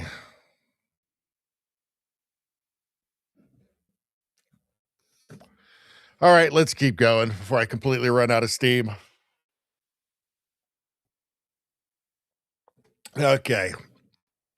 I was hoping to try and keep this one to a couple hours tonight, but I don't think we're going to make it. I think it's going to be longer. What do we got going on? All right. Was there anything else here? Yeah, okay, so we dealt with all of that. So, Steve Cooner, MLA, Cowichan decision, a dangerous precedent for all of BC. So, the Cowichan decision is where the courts just handed over, well, I think $500 million worth of Richmond to a native tribe because they said they used to go fishing there 150 years ago. All of BC is up for this, by the way. All $2.2 trillion of BC. Sorry, 95% of BC. So all 2.2 trillion, 95% of BC is vulnerable to this, and there will be claims on all of it. Let's hear this. Source Kelowna Real Estate Podcast. Let's take a look. The judge, interestingly, also said, oh, by the way, a precedent that's going to flow from my decision is that my analysis of the effects of title on private land, the fact that they can coexist according to the judge, applies throughout all of BC. The judge, interestingly, also said, oh, by the way, a precedent that's going to flow from my decision is that my analysis of the effects of title on private land, the fact that they can coexist according to the judge, applies throughout all of BC. The judge, interestingly, also said, oh, by the way, a precedent that's going to flow from my decision is that my analysis of the effects of title on private land, the fact that they can coexist according to the judge, applies throughout all of BC. Yeah, so all of BC. Well, it's 95% of BC. There's already a claim now on 100,000 homes in Kamloops. So it's all insane. This is a result of infinite empathy, compassion, fear of being politically incorrect, of accurately describing reality. This is where it leads. Right? All this stuff. Remember, it's not that long ago we were told all these crazy ideas. These are just in colleges. All these crazy, like, communist ideas and all the gibberish about decolonization.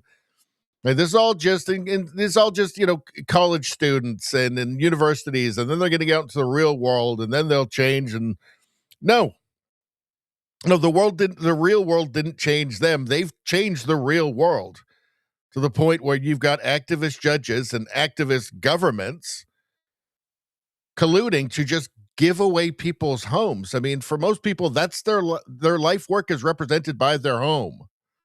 Right? This is their equity. This is their retirement. This is everything they worked for. This was their reward for doing things the right way. Like it's, those those crazy kids on the college campuses have come a long way, haven't they? And you got to keep in mind that this stuff has been happening on college campuses and universities for decades. It didn't just start in like 2015. Now they're running institutions. They are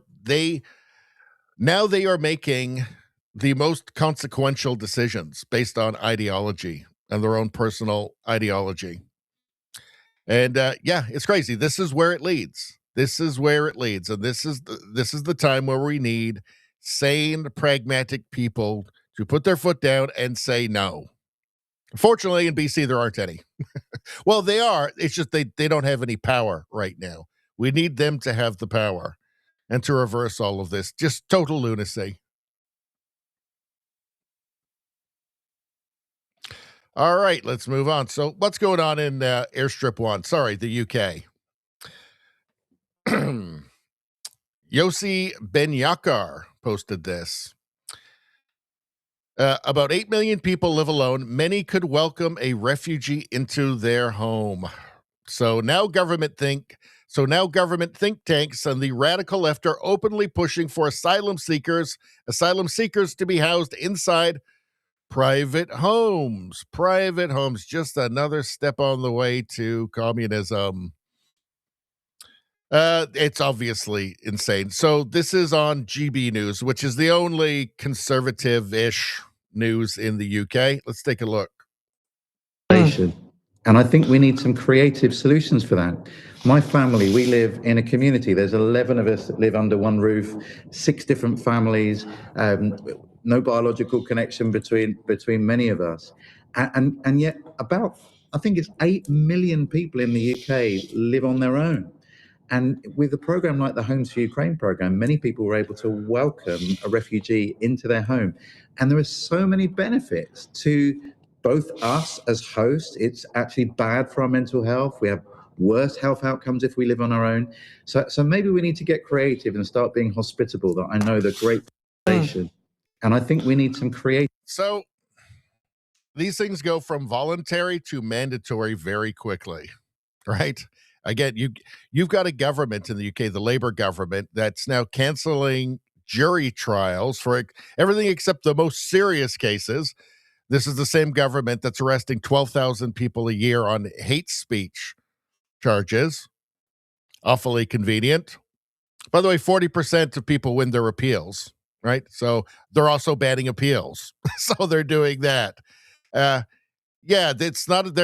It's not a very far jump to mandatory refugees or asylum seekers in your homes, right? You're just this, you're some 70-year-old lady who's living in her home that she's been in for 50 years, and she's quite happy with that.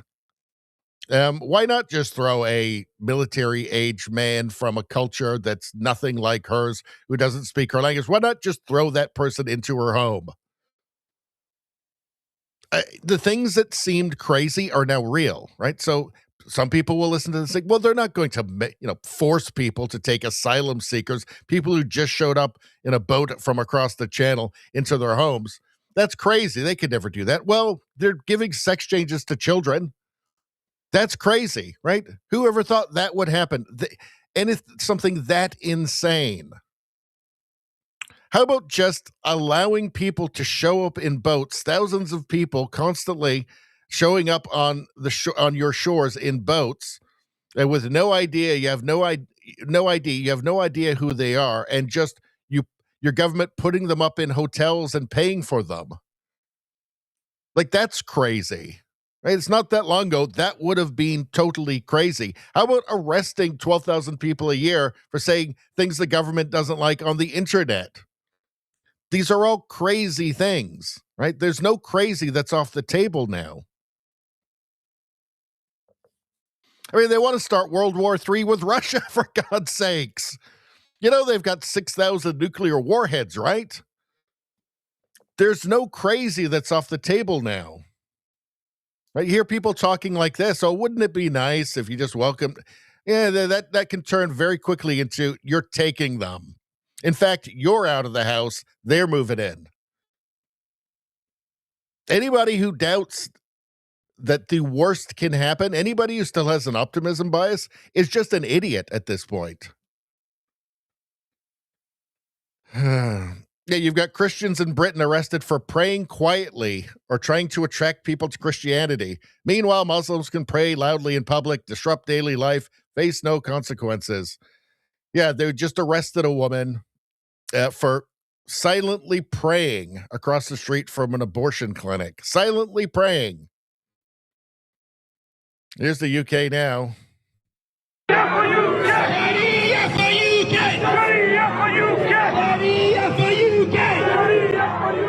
They're shouting Sharia for UK. None of them are getting arrested. The Britain that we love and remember is finished. Lawrence Fox says that.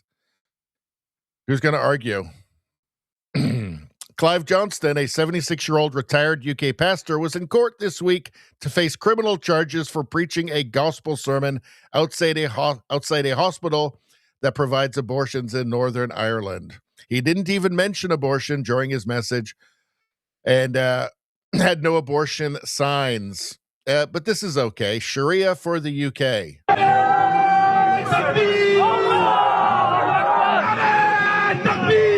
Oh, I heard some Allahu Akbars in there too.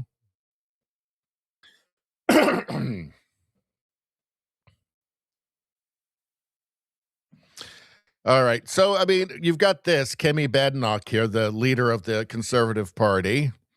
I'm afraid she became the leader at a bad time when their voters had just completely lost faith in the party. They have no reason to believe any of the conservative politicians, including her, frankly, because the party has betrayed the British people. And they had 15 years to they had 14 years to get it right, and they failed miserably. Says Muslims in Britain are furious after Kemi Badenoch's speech calling for the deportation of extremist Islamists who undermine the state and seek to harm it. I'm afraid it's a bit late, and nobody believes you anymore.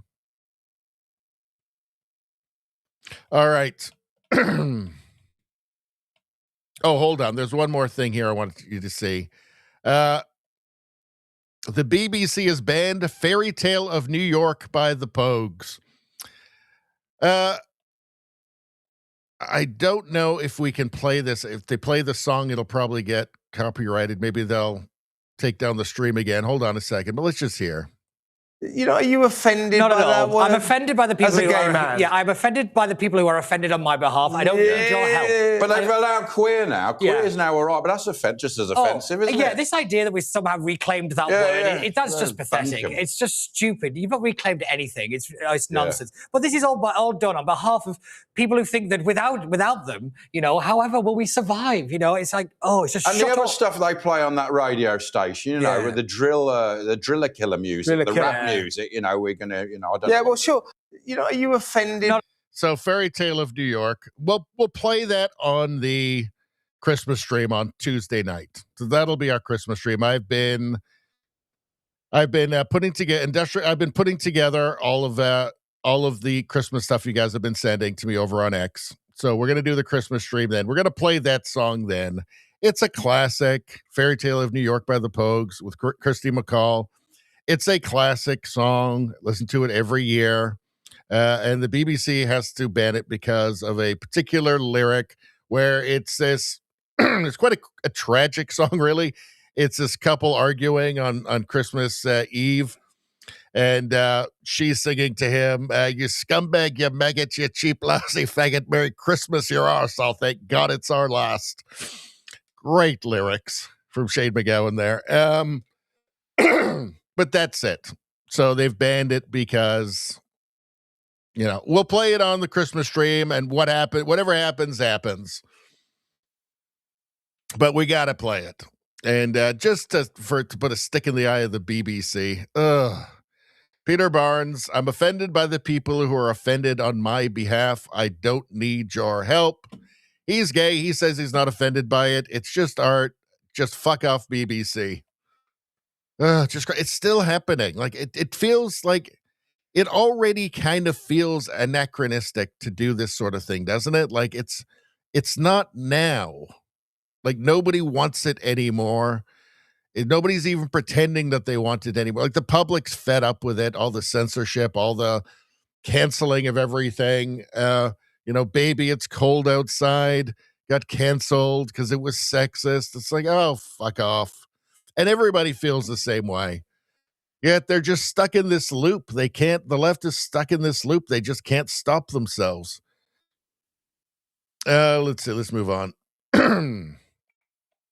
Canada floor crosser. So, Liberal MP Michael Maw, formerly Conservative, who went to the Conservative Christmas dinner one night and then the very next day decided he loves the Liberals and he loves Mark Carney and he wants to be a Liberal now, 8 months after the people in his riding elected him to be a Conservative on a Conservative platform. Well, obviously, it's very corrupt. He's been bribed. There's something very wrong here. But his constituents are furious and are out protesting him. They keep protesting him. Sutherland's got a break here. He's just disappeared, by the way. Michael Maw, he's just kind of disappeared. He's not getting anywhere near anybody who's going to call him out on this. Protesters outside Liberal MP Michael Maw's office told journalist Clayton Demain that floor crossing without voter consent is morally wrong and undermines what little trust remains in politics.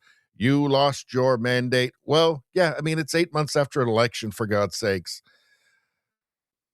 Let's take a look. I'm a journalist with True North. Would you guys care to speak about why you came here today? Yeah, sure. Well, this is totally wrong what's happening and what's being allowed to happen. I think it's a question of basically breaching trust with your voters that put you in office. So I think it's morally wrong.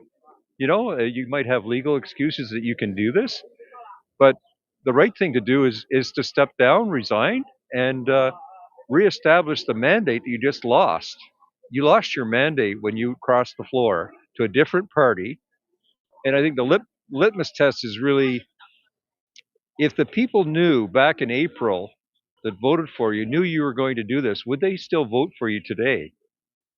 And so the mechanism for that is for him to resign and go back to the facilitate a by-election and then reestablish. If people are still behind him, then he's fairly voted for again, but under a different party. This is not hockey. This is not national hockey where you can change jerseys, and you're a free agent. You owe it to these people here that voted you in. And to me, it's ethical that you would not, that you should actually do what I just mentioned, because that's the fair process, And if politicians and we want the political arena to have some credibility, then this isn't helping. If anything, this is going to turn people away from trusting their elected officials. And Carney's smug, open celebration of something that just stinks, and everybody can tell it stinks, that just made it all the worse. I think that actually, surprisingly, I think that actually pissed off some Liberal voters as well, because it's pretty gross.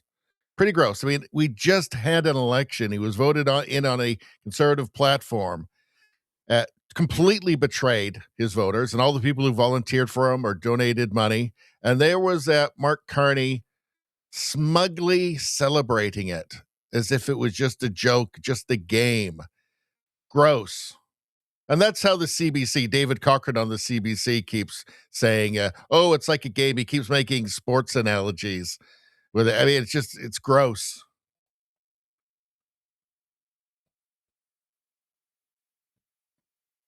And there are a lot of Chinese voters who voted for him, voted for a Conservative platform, and they are fairly adamant that there is CCP influence here, that there is the CCC that there is CCP involvement in it, and we know that the CCP has agents, spies everywhere. They have plants everywhere. Also, it's fairly easy for them to intimidate and control the diaspora, because if you've got family that's still living in China, that's leverage the Chinese Communist Party will absolutely use.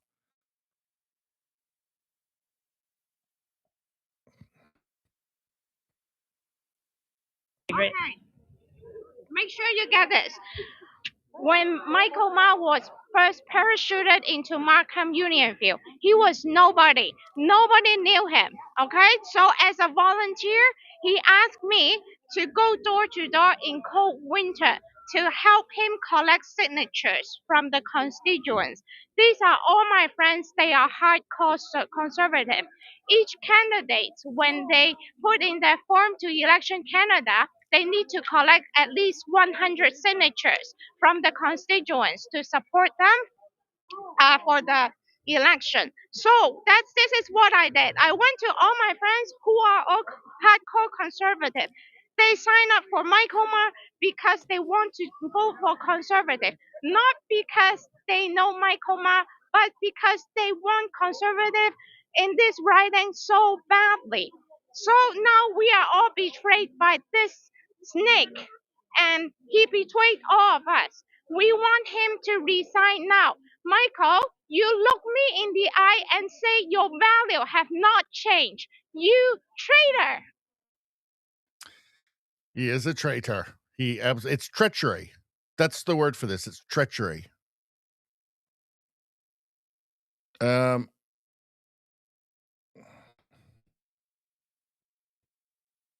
Again, more protesters.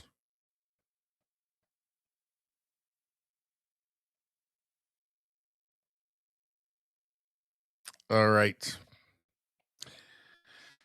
And let's just hear this as well. Hold on one second. You talk about your principles not changing, but just in the last 7 months, some of the things you said about the Liberal government, for example, with money printers working overdrive, what future does Canada have under the Liberal feudal regime? I do not see a future here. Day in, day out, the Liberals have shown us whom they truly value. They cater to the common criminals with fairness for the thief, murderer, and drug dealer, and firmness for the honest citizen and compliant taxpayer. This is the party you've just joined here. These are your words from November and December. You talk about principles, but you're really kind of going against what you've just said there. Well, as I said, in order to fight that, being on the opposition, to be criticizing and deepening that division, I decided to roll up my sleeves and actually do something to it. I decided to roll up my sleeves and actually do something. This is okay. So you weren't intending to roll up your sleeves and actually do something in opposition? Come on. Come on. This stinks. It absolutely stinks. At least here we have one journalist who's willing to do his job here and hold him to account and not celebrate it and make sports analogies. Ugh.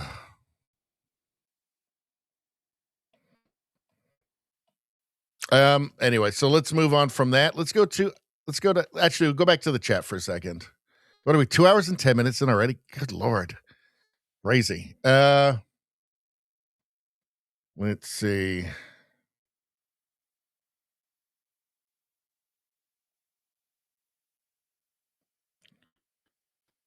Let's see. Ottawa James says crowd is getting bigger. Nice. Well, that is nice, actually. I'm going to check the, what just happened here? I'm going to check the ads and see if there's one that's worthwhile for me to do. Not really, actually. Not going to bother. Ottawa James says, guys, no integrity. Macross says, again, why won't Canada vote in a damn Canadian? Well, it's a lot of the blame has to fall on the Conservative Party. They appointed him. So that's got to stop. Ottawa James says, the Liberal Party hates Canadians. They appear to. Booby shot, Macross says. There's Miss Greenland, Nevada says. Very well indeed. Let's see. All right. So Right Angle News Network posted this. Breaking: jobless liberal white woman who spend all day stalking around ICE are finally getting put in their place. So this is great. I tell you what, liberal white women, I mean, they seem determined to be able to destroy everything about Western civilization. Let's take a look here. Weirdos. Hello? No reason you're... So it says, these two females following ICE around in Columbus get a reality check when the agents stop in the middle of the freeway and get out. Following us? No, we're just... You lost? Yeah, we're a little lost. I don't care if you record. This is your one warning. If you follow us again, we're going to stop you. We're going to break your window, and we're going to rip you out and arrest you, okay? All right. This is your one warning. Yeah, can I ask You a got few it? questions, though? Can I ask you a few questions, though? Take care. What the fuck? Oh, hell no. Bro, they literally just threatened to rip me out of our car and rip me out of the car. What the fuck? Yeah, maybe you should stop doing what you're doing. Maybe you should do that.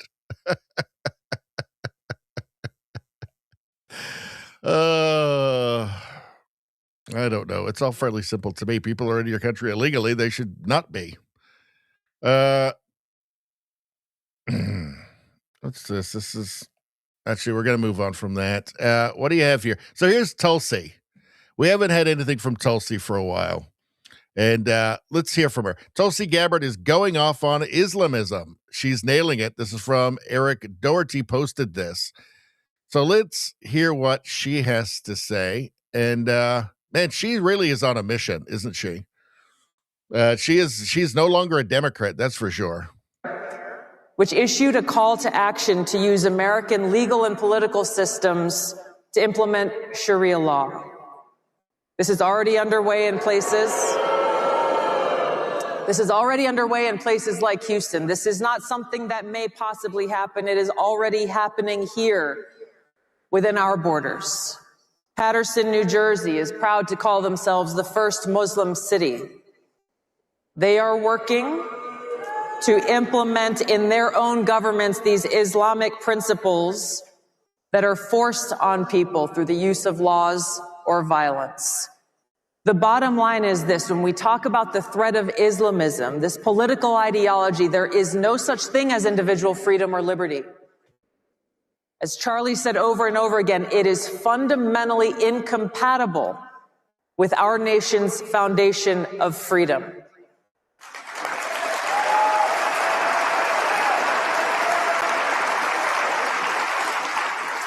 And at its core, when we understand that our freedom comes from God and no one else, we understand the seriousness of this Islamist ideology threat, because it means they deny that God is the one who has bestowed this right to freedom in every one of us. I mean, it is an absolutist, universalist ideology, right? Like everywhere that it goes, it has the same goal, which is domination. That's just demonstrably true. They say this openly. Like, I don't know how anybody could remain blind to it. Eric Doherty posted this: straight truth from American Christian. So what's this guy going to say? Let's take a look. I saw you about to throw down here in the middle of the street. Hey, man, listen. These people hate our country. They hate everything we stand for. We have to oppose them everywhere they go, all right? Black or white. If you're a Christian in this country, these people hate your way of life. They oppose your existence. We can no longer allow this. They come over here with their Ford Fusions. Go back to your country, all right? Go back to Somalia. Bye-bye. Go back. You think any of this is fear-mongering from the right? No, it's necessary. You know, it's not fear-mongering. We need to do this because we're looking what's happening across the pond in Europe, in Berlin, and France, all over, in London. Do we want to be like that? No. And black people, guess what? This country This country that you live in, you benefit from it. So you should stand with your Christian brothers. Stand with our white brothers and sisters. This is our country that we've built together. We lose it, we have nothing. We lose this land, there's nothing else. You're not going to go to Africa and survive. You're not going to go to the Middle East and survive. Guess what? America was built by Christians. White people conquered the land. Black people benefit from it. We have to stand up for it. That's important. So I don't see the lie there. I think he's right. I think he's correct. Let's see. We already saw this one. This is where they have the kids do the little things about, it's not exactly like a Christmas play because they don't really do that, but they have the kids talk about torturing Jews and killing infidels and stuff and celebrating child martyrdom. This is in Philadelphia. I believe this was 2019 this was filmed, I think. And so they're doing their little child martyr jihadi thing here, which is really fun. It's a family thing, right? It's a family thing. It's kind of like, when they do like band night, at the school, but it's jihadi night. So, yeah, that exists. That's real. Let's see. He's talking about France, that guy. Let's see. Warning, France was the crime scene. America is next. Everybody is suddenly acting outraged and shocked. Paris is canceling New Year's Eve celebrations on the Champs-Élysées because of security fears. And the media is acting like this came out of nowhere. Out of nowhere. Well, it's just, anybody remember Charlie Hebdo? I mean, that was just the big one, right? That was just the big one. But it's in Europe, in places like France, it's every day. There's something. Somebody's getting stabbed. Something is happening. There you go. There you go. France ain't the same anymore, is it? Zero desire to go there. Zero desire to go and have a kebab in Paris before I go on the Eiffel Tower. Zero desire. Let's see. What's this? From Britain is Broken. Thousands of Lithuanians have surrounded parliament buildings in Vilnius. They are openly accusing their own rulers of selling the country out to Brussels and turning Lithuania into an EU outpost rather than a sovereign state. The whole of Europe has had enough of the EU. Well, the EU is fining Hungary. I think it's like €1 million a day because they refuse to take in migrants.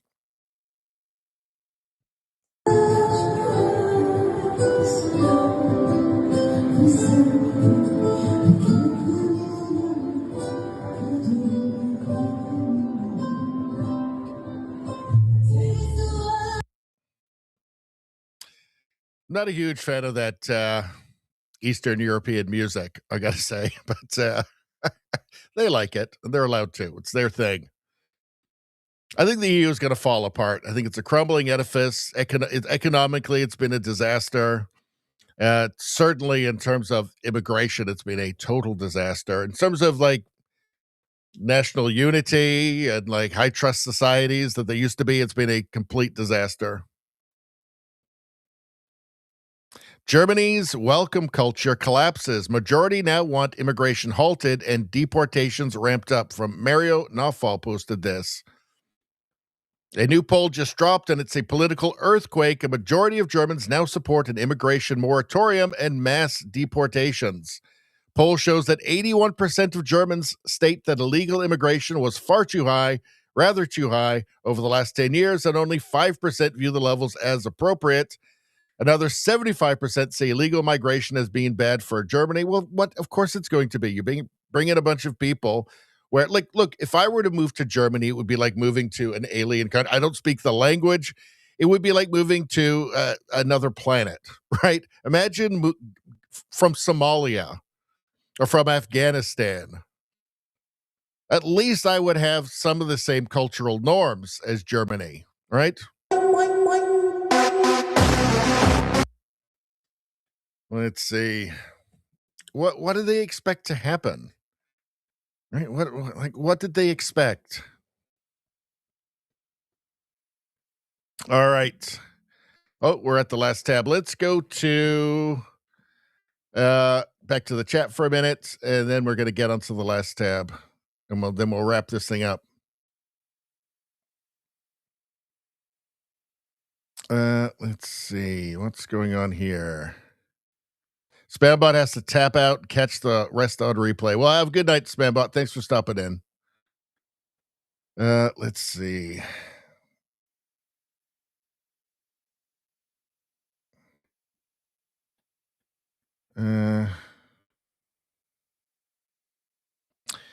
As he says, celebration of killing others in the name of God. What did everybody think they were doing on October 7th a couple of years ago? Like, that should have been a wake-up call. They're out, like, they were literally in Gaza. They were driving around with the dead bodies of young women in the backs of trucks,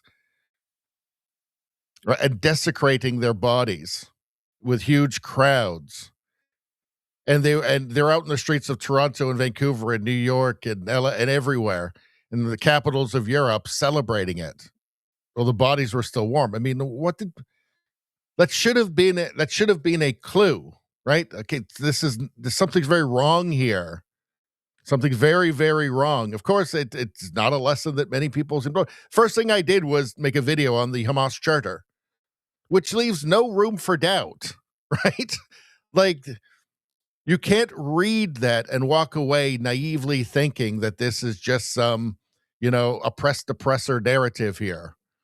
Some Marxist oppressed oppressor narrative, right? And that, there's one side is just these kind of, poor oppressed minority.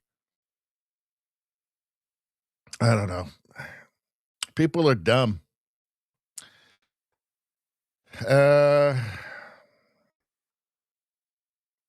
Cross asks, why do they stay in the EU? Well, I guess it's their leaders, right, that are betraying them. Hungary should tell the EU to F off. Why does Hungary stay in the EU? I don't know. Let's see.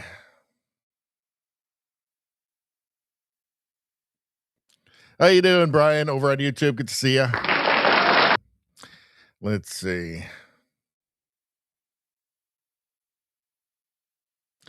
Macross says, I don't understand why Germany joined the EU. The Deutschmark was probably the strongest currency in Europe. They must have asked themselves, how can we screw ourselves? I think it's just they just have this deep need to oppress Europe, to control, because Germany really runs the EU. They just have this deep need for totalitarianism and to subject all of Europe to totalitarianism. What else makes sense? Let's see. All right, let's get to the last tab of the evening here. So what's going on here? What was this one? It's mind-blowing to see the level of planning put into smuggle poison into the country. So I don't know if this is just like a, what would you call it? Like a training video or something. But yeah, I mean, I'm sure this is all stuff that happens. So let's take a look.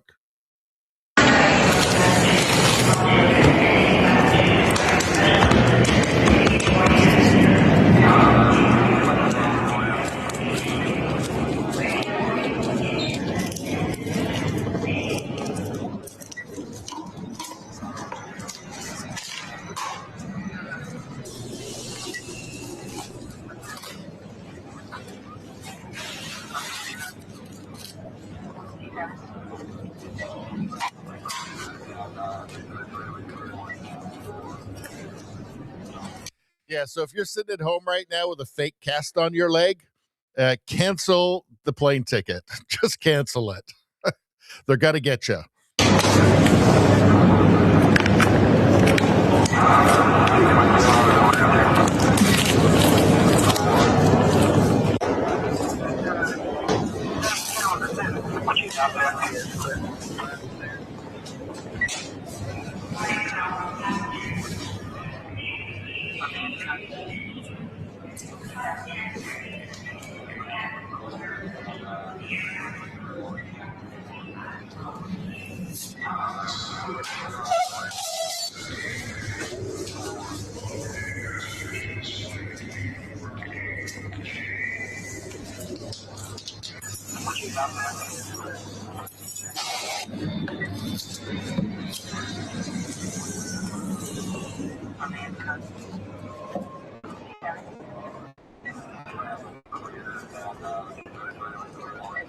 Anyway, I think you get the point. Let's go through a little bit more. I mean, she's just got drugs everywhere, right? Just every part of everything she's wearing is full of drugs.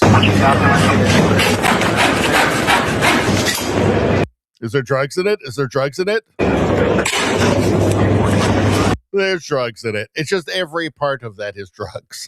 This has the feeling of like a training video to me, though. But yeah, I mean, that based on what they actually find, right? Let's see. Let's go to the top. What's going on here? Probably the most joyous thing you'll see today. Challenge accept. All right.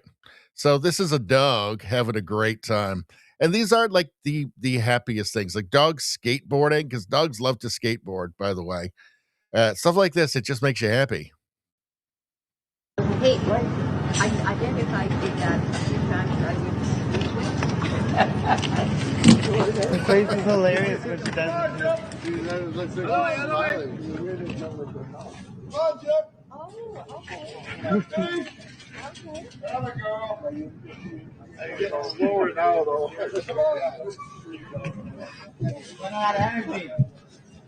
Okay, here we go.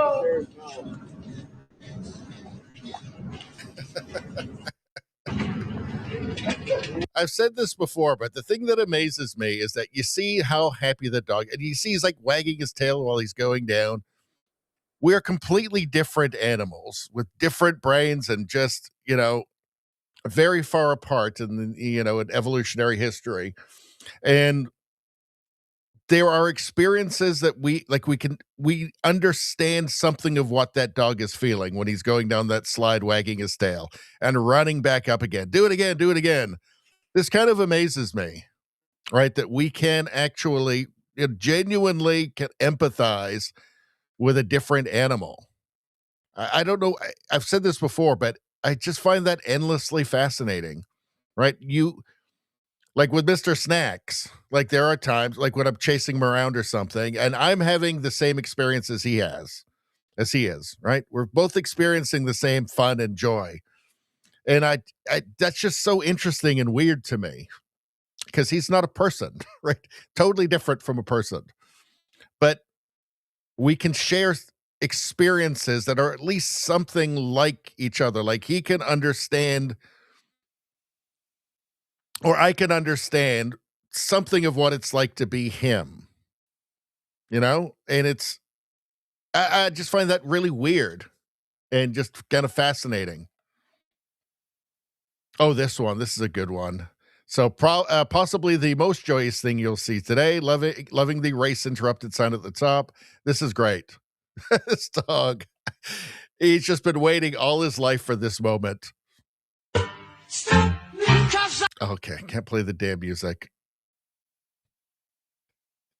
But it's Don't Stop Me Now. And nobody's going to stop that dog. He's just been waiting for this moment his whole life. Now it's my time. I'm going. I'm just going. I'm doing it. And everybody's having a laugh about it. It's just funny. This dog is loving it. Like he's just nobody is going to stop me. I've wanted to do this forever. He's just going. He's been watching the skiers. And he's like, I want to do it. I don't care that I'm a dog. I'm doing it too.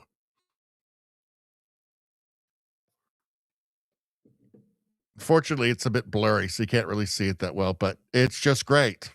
No, that's not a skier there. That's a dog.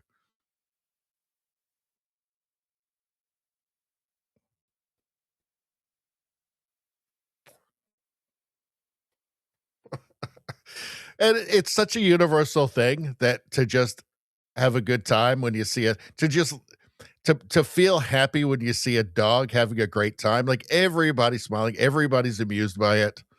Everybody thinks it's hilarious. Everybody feels the same way about it. Let's see. Let's see. Now we got some dog stories coming up. I hope they're not tear jerkers.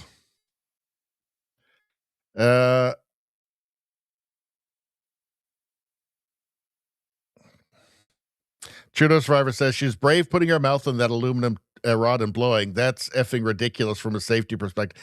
That's why I was thinking it was it's one of the reasons I was thinking it was a training video, because you wouldn't do that. Right? You could easily overdose on something doing that. So let's see. McCross says, I used to have a dog that would have done that. She would go up the ladder on slides and slide down. They love it. Dogs love that. I miss her. She was the neighborhood dog. People would come to our house and walk her. No tear jerking. No tear jerkers here. We don't want that. Tear jerking. Dogs are awesome. What James says. Radio Streamer says, to me, the shared experiences and understanding you bring up, the similar footprint with mammals. I see this one more example of divine creator. Too many things that line up for otherwise.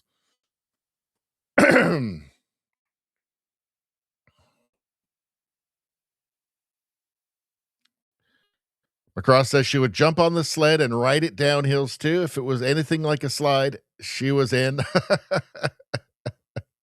I don't know what James says. Richie, can you share the link? I guess so. Hold on. Let me see if I can do that. I think I can put it in the chat. Yeah, let's see. Copy, and I'll put it in the chat. Paste. There. That should be the link there. All right. Let's see. Izzy says, give that dog a ribbon. All right. Link is in the chat for everybody. All right. Let's move on.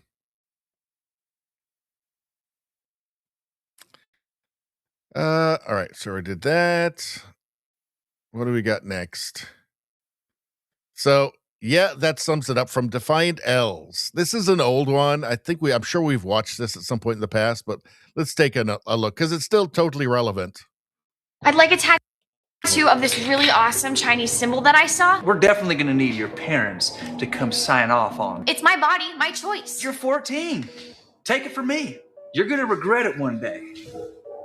All right, then can I just buy some of those cigarettes? No way. Smoking is so bad for you. How about a beer? No. A vape pen? No. A lighter? Not in this state. Can I rent a car? Sorry. Bottle of cough syrup? What are you, drunk? Fireworks? You might blow yourself up. That Ruger GP100 and a box of 38 specials? You might shoot your eye out. Can I just, I don't know, like get an irreversible gender surgery? No problem. We'll get started right away.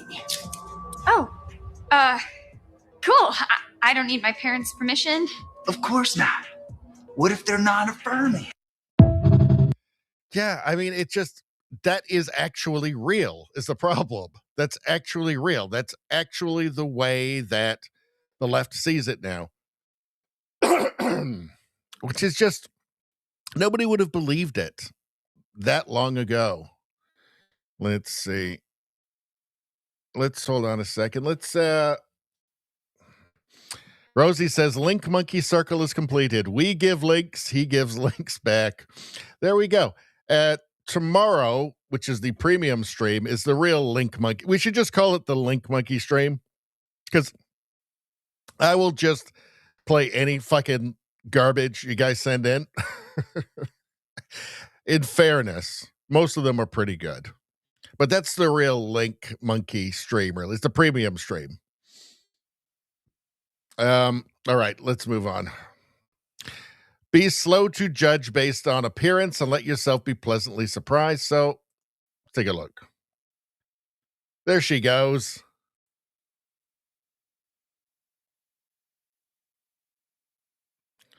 Look at that.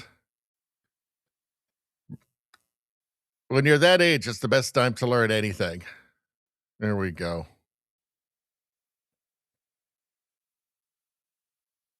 Again, as a parent, I'd be a little nervous. Just a little bit nervous. Although she weighs probably like 30 pounds. It can't hurt herself that bad. Got a helmet on. There you go. No, I don't know. It's probably a tranny kid these days. So, I don't know. Let's see. We already did that. If this country raised more young men just like this one instead of the trash we see on social media daily, America would be unstoppable. God bless him. This is a must watch. What's up, baby? How far? 17. 17 miles? Yes, sir.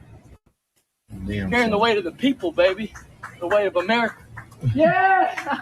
People been hooting, hollering, and honking all day. I just stopped by the naughty order to get some water, baby. Ooh. 17 miles is impressive, son. Damn. Thank you. This is for the soldiers, firefighters, police, first responders, everybody, baby. This is for America. Love y'all. I love you, Dad. Love you, son. Did you stalk my location? See, that's just nice, right? That's very wholesome. That's good. Like, that's way better than not knowing, like, your gender, right? Like, just a healthier, it's going to be a healthier life.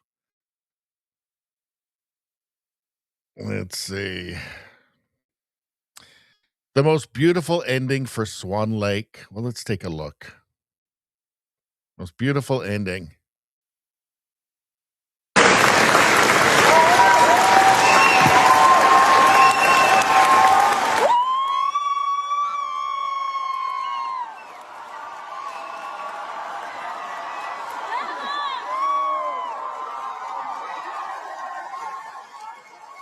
And she's saying into his ear, "But you're gay, though, right? You're gay, right? Aren't you gay?" That's what I think. That's what I think she said. Nah, but you're gay, right? You're a gay, right? I can't marry a gay guy. Let's see. These incredible Polish women drove from Toronto to feed the truckers on a weekly basis.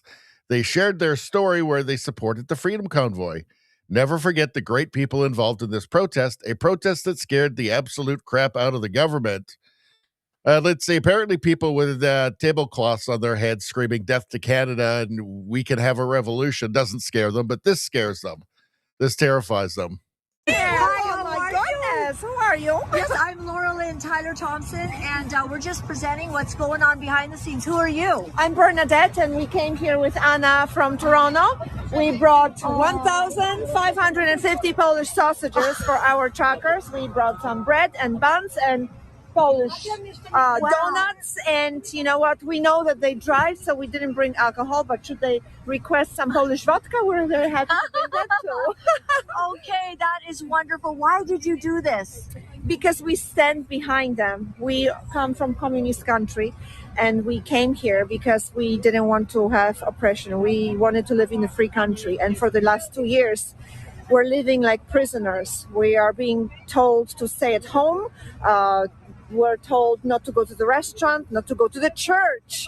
I mean, this is unbelievable. During communism times, we were able and free to go to the church. And there were times over here where we couldn't. So I really can't take it anymore. So I'm going to be coming here with the food weekly, bi-weekly, every 2 or 3 days until it... You know... country. And we came here... If the only reason that you hate the media is what they did to these people, how they portrayed these people, if that's the only reason that you hate the media, you should still hate them for 1,000 years, for 100,000 years. It was so awful. It was so biased. I mean, it said saying that they were trying to burn down an apartment building, just ridiculous nonsense. Far right. Putin's behind it. Remember that one from the CBC? Ugh. It's amazing that anybody still believed the media after this. Although, you know, most people weren't checking out. Like I saw in the chat there, JDL says that's how I discovered Viva Fry, because he was doing there was basically 24-hour long streams from somebody every day. And if you weren't aware of these, or if you were already too brainwashed to check them out, because you're fearing some sort of, fearing a cognitive dissonance by seeing another side of the story. yeah, I guess you would have believed all the nonsense of the shadowy far right American figures. They're responsible for it, and Putin's responsible for it, and blah, and they're white supremacists and blah blah blah. Like this nice lady bringing Polish sausages, telling us that she comes from Poland and she knows what communism's all about, and she doesn't like what's happening here. And she's evil. If you checked out the live streams, the independent voices, the independent journalists, you would have known these were just good people. These are just a lot of good people who had valid concerns. But yeah, I mean, this was enough. This period of time was enough to just write off the mainstream media forever and never believe another word that they ever said. Let's see. Be grateful you're not in this video. Happy Friday. All right, let's check this out. Oh, hold on. Hello. Oh, no, we're not playing music. So we'll do it without the music. Here we go. Some of these are pretty, some of these are pretty nasty. Oh.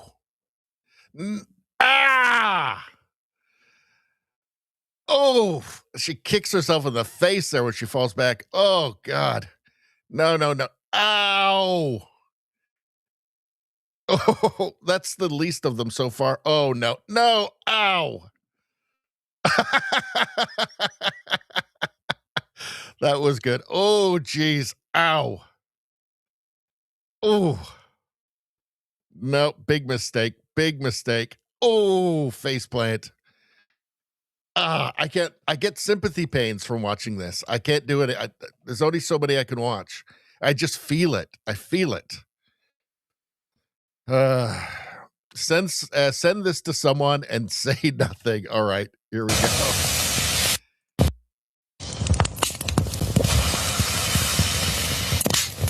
Oh, that's pretty good. Is that AI? It's too good. I mean, look, you got the nail there. I don't know. That feels like maybe AI to me. I think it hit her one last time. So what's going on? Is she singing Britney Spears here? Let's take a look. Hit me, baby, one more time.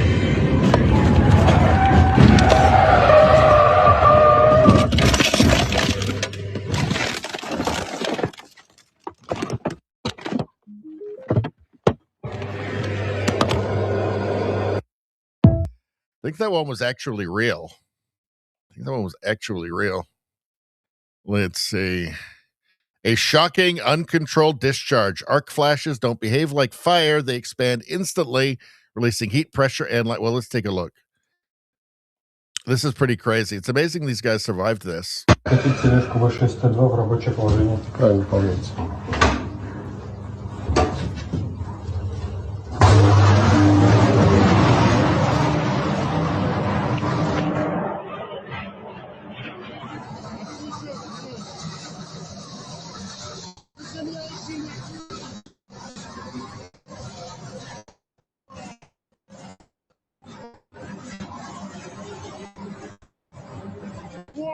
Вот тогда ключи 30. Вот 30.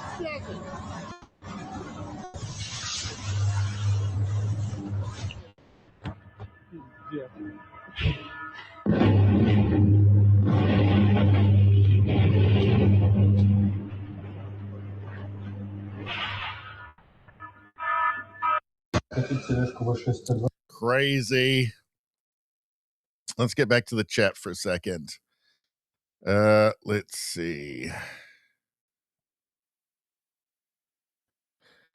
Brian Lynch says, I'm licensed and know my firearms. Good. Well, they want to take your guns. Let's see. Go back a little bit.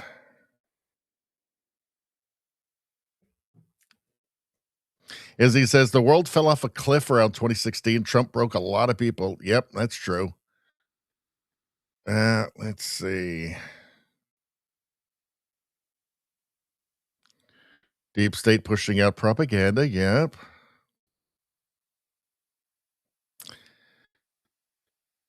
Let's see.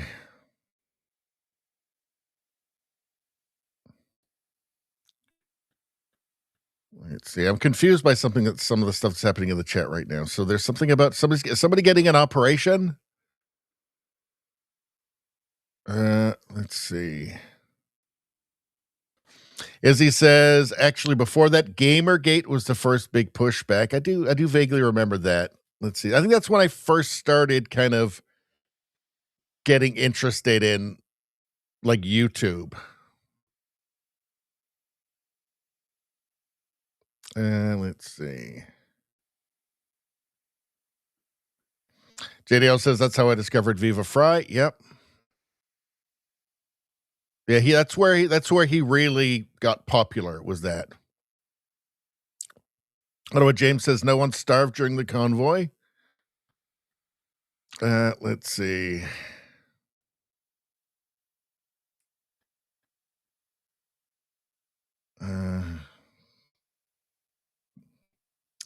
Nevada says, made me proud those days. Yeah, the trucker. Yeah, and it was inspired a lot of people around the world. A lot of Eastern Europeans supported the convoy. Ottawa James says. It was quite diverse. It's one thing that the media was very careful to try and hide. It's why they weren't going down. One of the reasons they weren't going down, because they didn't want people to see what was actually happening there. There was indigenous people there, drum circles. There's a lot of Sikh truck drivers. A lot of Sikhs were there as well. There were food tents set up. The media desperately wanted to hide that. We wouldn't even know about that if it weren't for independent media.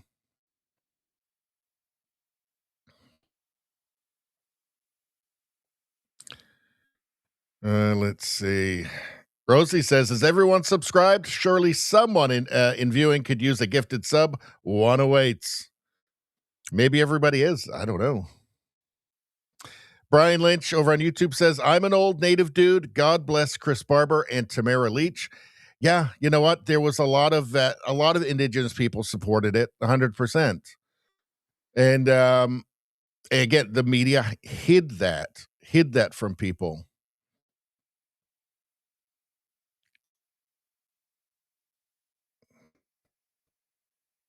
And the media is so evil too that there is a lot of indigenous support for pipelines, because indigenous communities also benefit from that. It supplies good jobs, all kinds of things, right? Funding for communities. That is hidden from the Canadian people. You'll never hear anything about that on like the CBC. They like to have this one narrative, right? That it's just this unified block against any kind of economic development in Canada, and it's just lies. The media it's you don't hate them enough. Izzy says, heard the big red truck was saved, won't be crushed now. I did hear that too. Let's see. So they got a non-activist judge for that. Let's see.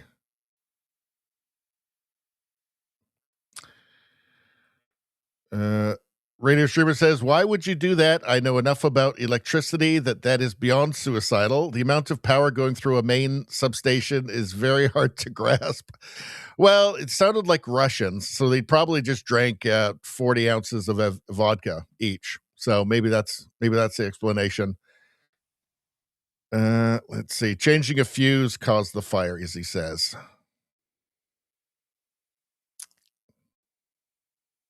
All right, I got to skip down a little bit. Okay, you guys are still talking about electricity. I'll move on. Let's see. So here's the National Roast. So here's a set commentary account. It's time for Donald Trump to take a good long look inside himself, Mark Carney. Oh, we already saw this. We saw that. That's satire. Here's some AI. I typically don't like AI. You guys know that. But occasionally I see one and like this. No music. No music. Let's turn that off. But I see one that I like this one here. This is what the internet is for. Look at that. Oh, dear. Oh, dear. Let's see. Let's try it one more time. We've been getting the fart button out quite a bit these days. It used to be a regular feature. We used to have a fairly cruel thing on the channel called Fatty's Fart. And we stopped doing it for some reason. I don't know why. I think everybody just got sick of it, but we're bringing it back. Bringing it back. Because we're bad people. This one we've seen as well. Oh, God. That's also AI, but I approve. I don't like all AI, but there's some AI that I like. Is that it? Is that everything? No. So here's one we haven't seen. Man of Memes. I just died laughing. Well, let's take a look. Just to be clear, you're not going to make dinner tonight, right? Fuck you. Oh, you're making beef stew? Fuck you. Oh, first you got to vacuum? Oh, the broom? You want the broom? Just to be clear. Approved. Approved. Good times. Let's see. We've seen that one. The old stuff and the new stuff all seems to be mixed up in here now. I think there's a few new ones. We'll save this one for tomorrow. Let's see. Oh, God. We'll save the rest for tomorrow. All right. We'll save the rest for tomorrow.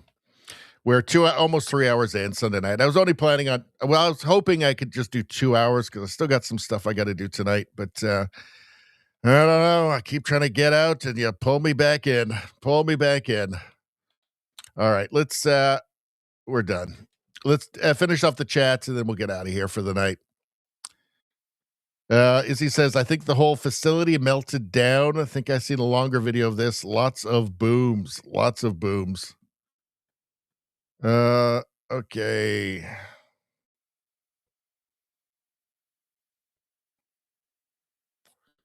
Oh, dear. Radio Streamer says, so fun story.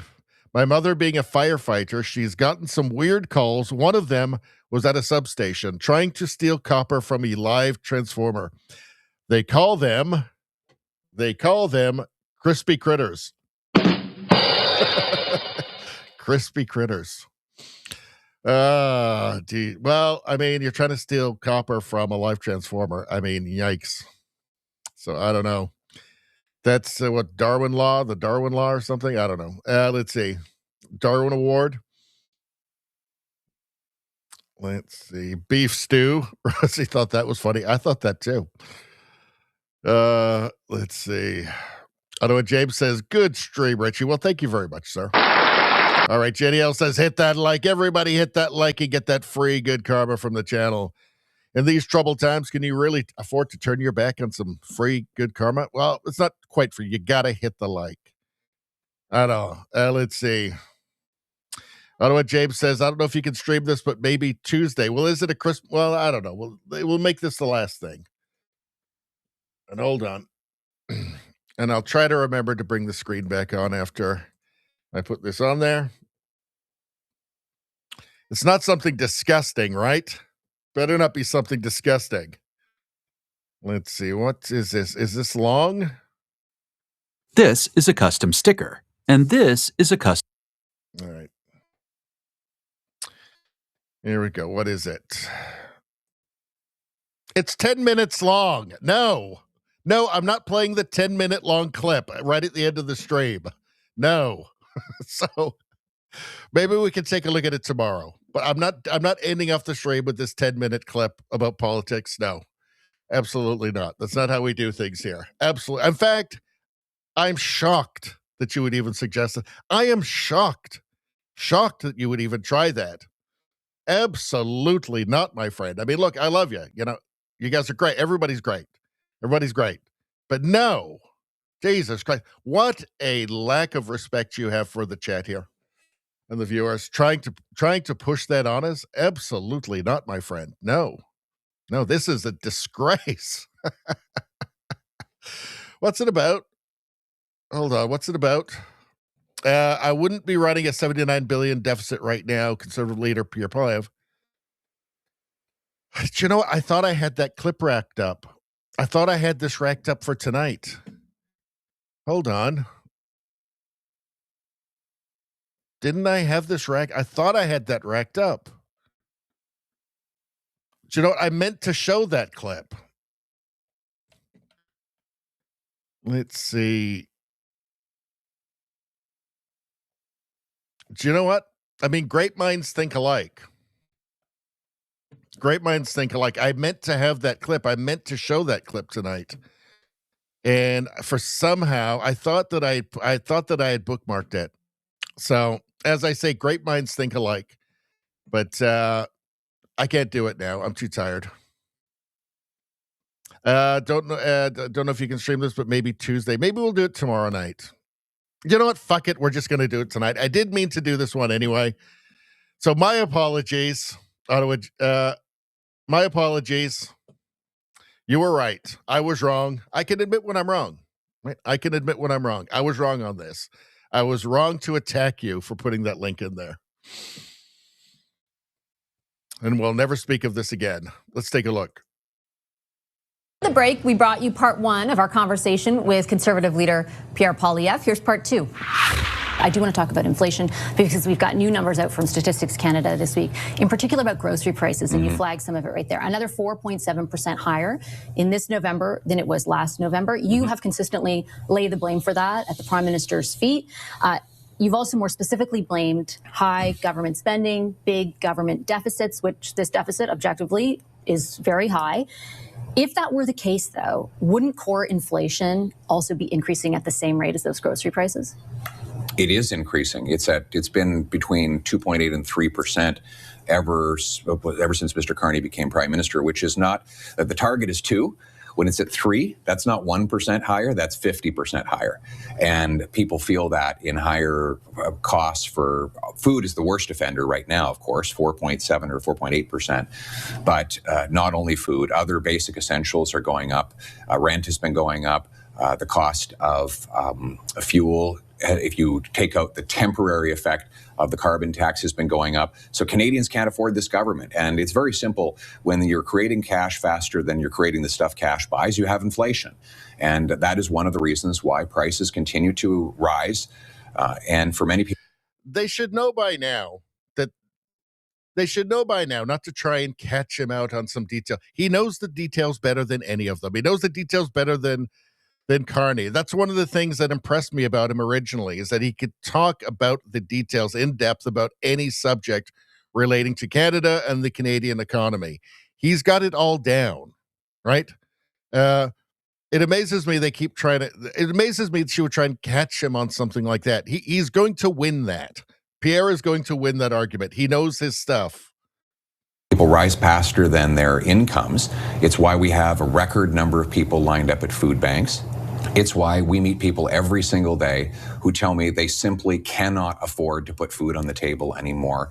People with jobs who work 50, 60 hours a week are going to food banks for the first time in their lives because of the higher cost that this Liberal government is imposing. Yes, through its deficits, but also through its hidden grocery taxes. I want to unpack some of that because I understand exactly what you mean about people. They approach us, they talk about this as well. We represent it on our newscast and we talk about it frequently. And it is not to take away from that I ask you questions about the policies you say would ameliorate that situation for them. But when I pose to you the difference between food inflation, for example, and regular inflation, the core inflation number in November is down 2.8%. As you said, it was originally 3%. Which is what's the target? The target is between 2 and 3%. It is within the target range right now, inflation. I'm just saying the difference between food and if it were all government spending, wouldn't it all be out of control? And it's not. There are other factors at play, including those detailed by Statistics Canada in their report released this week. Things like weather conditions, cattle supply, things like that. So first of all, the target is not between 2 and 3%.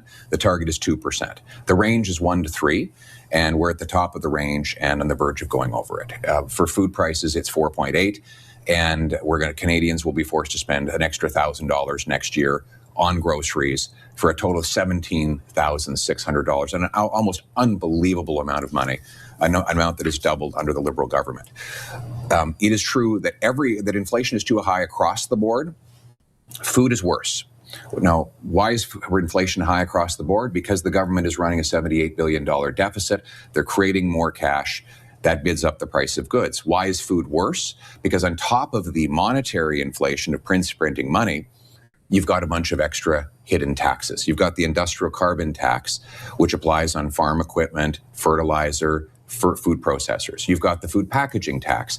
They're banning single-use plastics. Sounds like a nice idea until you learn that it makes food go bad 4 days faster, and all that food waste goes on your grocery bill. Then you've got the fuel standard tax, which is going to hit 7 cents a liter. Just see what I mean? Right? It's impressive. Like, he really does. Like, they can't catch him out. Vasi here is not going to be able to snooker Pierre Poilievre on this. He knows more than her. It's one of the things about him that's gotten lost, I think, over the last while. And it's one of the things that first impressed me about him was his detailed understanding of everything economic Canada-wise. But she's not going to snooker him on this. That's just not going to happen. And I guess, again, I think it's something that's been lost with just the constant obsession with portraying Pierre Poilievre as some ideal. He's just some ideologue, and he's mean, and he's divisive, and he's just, as if there's no other substance to him, right? And obviously this is in the media's benefit because they serve the Liberal Party. Liberal Party is their paymasters. But it's nice to be able to see him just go on a roll here and just say, actually, you're an idiot, and this is why, which is essentially what he's doing. He's saying, you don't know what you're talking about. I do. Listen to this, right? And I like it. And I'm glad to see this come back out again. I'm sure they'll avoid asking him questions about things like inflation or core inflation in the future because, again, it doesn't help their narrative very much. Next year, that hits farmers. There's no farm exemption on that, by the way. Even the horrible carbon tax, at least they had a colored fuel exemption for farm equipment. This is going to be a tax directly on tractors and combines and on the truckers that bring us food.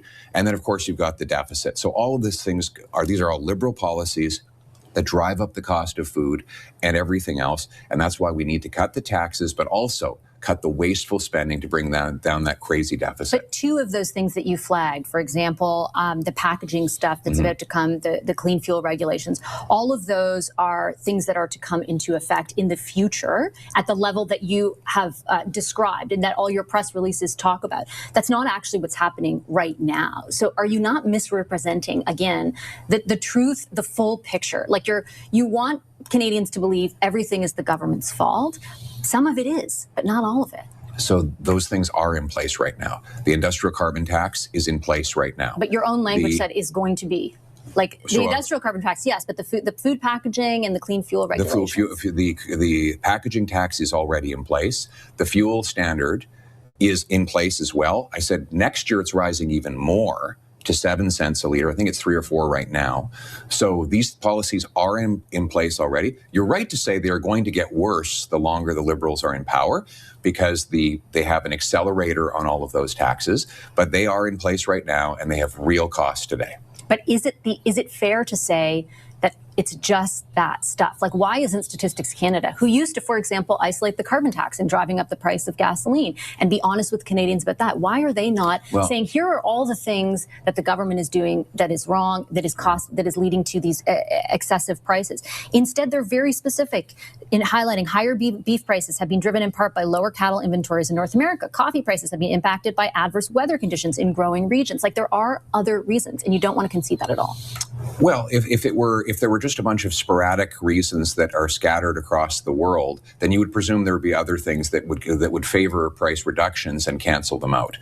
But it's not just coffee and beef and lettuce. It's groceries across the board are more expensive. It doesn't matter if you're buying a loaf of bread or a bag of peanuts, you're paying more for everything, vastly more. And let's be clear, the cost of groceries for a family of 4 has roughly doubled under this Liberal government. That's not because there was a 1-year drought for coffee bean growers in Brazil this year. This has been a consistent trend since the Liberal government took office, and in particular in the last 5 years, while Carney was Trudeau's economic advisor, while they started printing money and accelerating their tax increases on fuel and energy, that is when we have started to see the worst inflation, just as I predicted we would. And it will get worse as long as they keep taxing and spending money that Canadians can't afford. So let me maybe get you on the record then, Mr. Poilievre. If you, as promised, remove all of these, just as you said you would remove the consumer carbon price, will groceries become cheap? Well, so she says, will groceries become cheap? What will they become? What does she mean by cheap? Will they become cheaper? That's a bit more reasonable, right? Will they become cheaper? But cheap. Vassy is really trying to earn those those Liberal Party subsidies there, isn't she? Don't you think? She's really working on it hard. I guess this is an ad. Let's let this ad play out.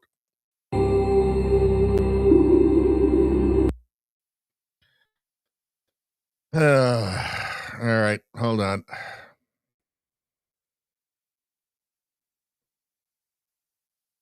Really cheap in Canada. Can't afford. So let me maybe get you on the record then, Mr. Poilievre. If you, as promised, remove all of these, just as you said you would remove the consumer carbon price, will groceries become cheap? Food should be really cheap in Canada because we have the most farmland anywhere. I think the 5th most farmland anywhere in the world. This is what's so frustrating. Everything should be dirt cheap in Canada because we have the most dirt. We have the most dirt to grow food on, the most dirt to build houses on, the most dirt to produce energy from, we have the 3rd biggest supply of oil. It should be cheap to buy these things in Canada. We should be the most affordable country in the world. Yet why are we one of the most expensive? Government, taxes on home building, taxes on energy, government money printing, blocking us from producing our resources, which artificially suppresses the Canadian dollar. And when you have a weak dollar, you have less buying power.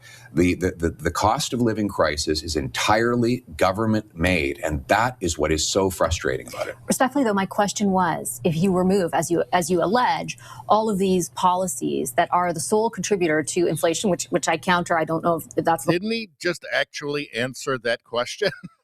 All right. whole picture, but let's say what you say is true, and they all are.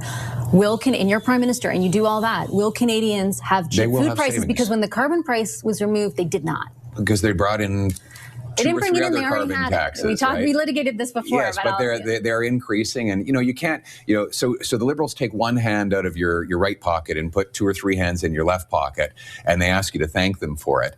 I said I would I would axe all of the carbon taxes, and I would cut other taxes as well, and that's how we're going to make life affordable. And I wouldn't be running a $78 billion money printing deficit right now. I would be bringing the deficit down. So it is the cost of government is driving up the cost of living. That's why Canadians cannot afford to live. And it's precisely why Conservatives are calling for an affordable government so that Canadians can have an affordable life. I've gone over my allotted time. I apologize. One final question, if you'll permit me, on the palace intrigue. If you do ultimately lose another MP and the Liberals form a majority, will you stay on as leader?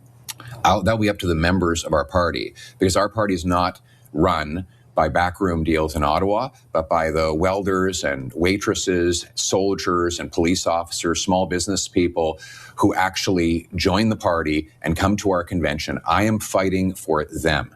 I'm fighting for them every day and in every way, and they will decide in the convention if they want me to stay on. But you'll be at that convention no matter what? Yes. Okay. Thank you very much, Mr. Poilievre. I appreciate it as always. You bet. So 2 things. Why is it so hard for the mainstream media in Canada to believe that by making it cheaper to produce food will make food cheaper? Right? Like making it cheaper to make the food and lowering taxes on the people who produce the food will make the food cheaper in a market economy. Why is it so hard for them, apparently for Vassy too, to believe that? Like they just seem to be completely baffled by this concept. It's so strange. And secondly, asking about one more floor crosser. They are curiously incurious about these floor crossers. The timing, Michael Ma, that stinks. His connections to the CCP, the whole thing just reeks. Do Do they not have just like three minutes on one of their broadcasts to devote to this? Like, it's very suspicious. What about all those people protesting? They think there's something very suspicious going on. They just don't have time for that at all. You see the negative framing here too. It's just constant. It's just constant. She thinks she's going to get Pierre Poilievre. Unfortunately, he's too smart and he's too he's too versed in all of the economic issues. He knows all the numbers. Right? They're not going to get him on any of this, right? Especially when it's just obvious common sense as well and pragmatism that he's appealing to. So, yeah. Anyway, this is just very, very typical. Pierre is not going anywhere, by the way. He's very popular, and we've been over the polling data earlier. Pierre is not going. They wish he would, because he's the greatest threat to them, and they're paymasters in the Liberal Party. But he's not going anywhere. So, my apologies to Ottawa James. I was planning before the stream to show that clip anyway, and I just lost it somewhere. So it was a good thing. You did a good thing, Ottawa James. A good thing. Let's see. Let me skip down. Now we are going to stop the show, though, but let's go through the last bit of the chat. Let's see. Radio Streamer says, anyone else here low energy? No, we're not doing it. I hear it's a pandemic. No, we're not doing it. It's Tuesdays. We don't want to infuriate, you know who. Let's see. Izzy says, we should all find a 10-minute thing to post at the end of streams. Damn you to hell. Damn you to hell. I don't know what James says. Good clip. Let's see. Cross says, Richie's only going to get a 7 out of 10. Let's see. Let's see.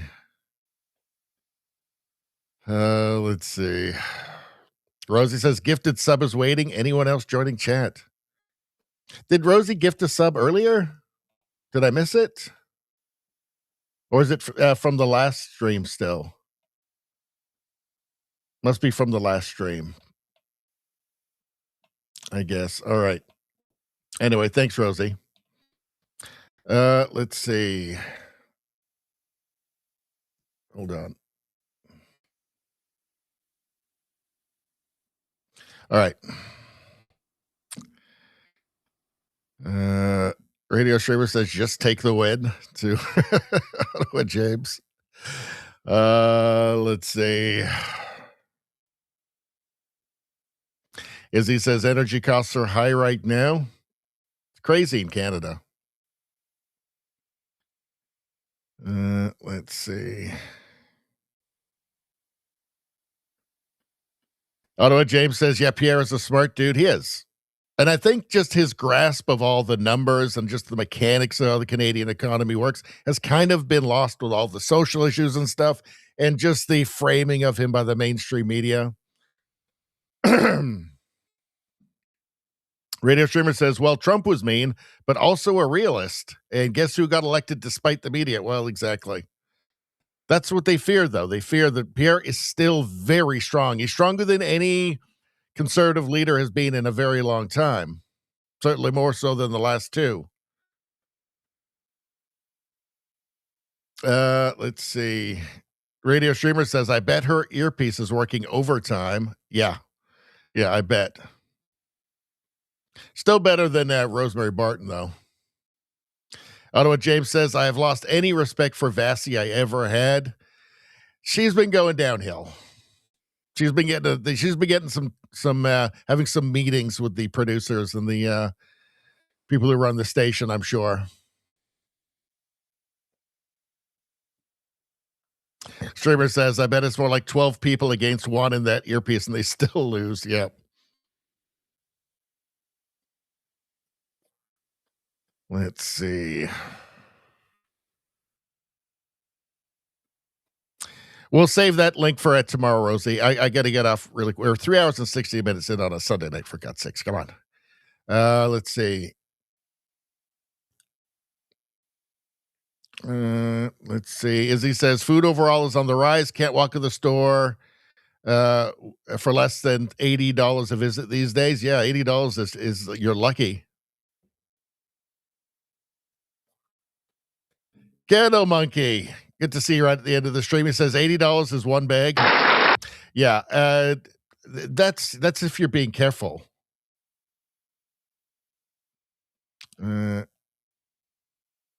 Streamer says she may be too stupid to understand. I see steam coming out of her ears. They're not going to win that argument with Pierre. Ghetto Monkey says stunning that he's not prime minister. Yeah, well, what it was the consolidation of the leftist vote under the Liberals, the collapse of the NDP. That's what did it.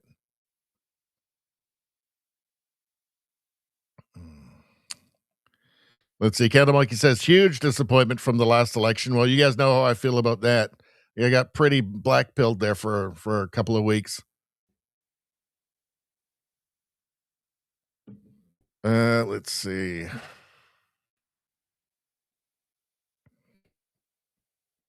Macross says these politicians create catastrophes so they can clean up the mess they created. That's just the whole story, right?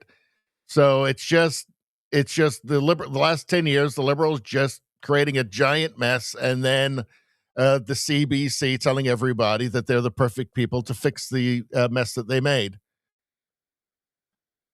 Izzy says, starting to doubt how safe and secure our elections are. Well, leftists will stop at nothing. We know that, right? Let's see. Streamer says, I hope the next election is such a landslide they can't keep Pierre Poilievre out for fear of a civil war. It won't be, though, is the problem, right? If he wins, it'll be by, he'll win the popular vote by a few points, and their vote is a lot more efficient now. So that would conservatives winning by 3 points would be a majority. Let's see. Ottawa James says, there's always the Littlest Hobo theme song, too. Right? Maybe tomorrow night we'll go back to that. We'll revisit it. Always tears me up, though. Let's see. Macross says, no commie hate, 7 out of 10. Man, you guys are brutal. Rosie says, I did gift out a new sub tonight, but all our sub. Well, it didn't show me in the chat. Normally I get a little thing in the chat there where it shows. Where is it? Let me see if I can find it here. I think it might not have gone through, Rosie. Because it normally displays in the chat. Let's see. Hold on. I don't think it went through, Rosie. I think that's why it didn't get assigned. Is because, I'm not seeing it in here. I don't think it went through. I would check and make sure that you didn't get charged for it, because it doesn't look like it went through on this side. Let me just see. I would check that, Rosie.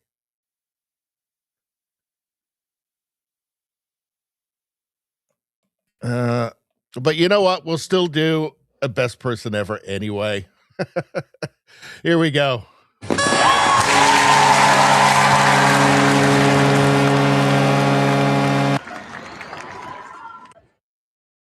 As everybody knows, Rosie's the best person ever.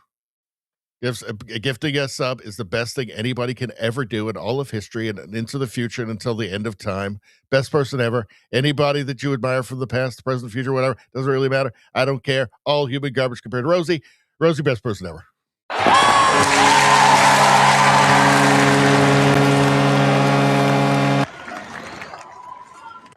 All right. Let's see.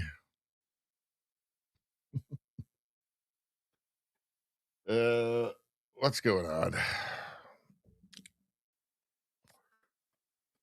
what's going on with Streamer? I'm so tired. I guess the local dealer will have to do.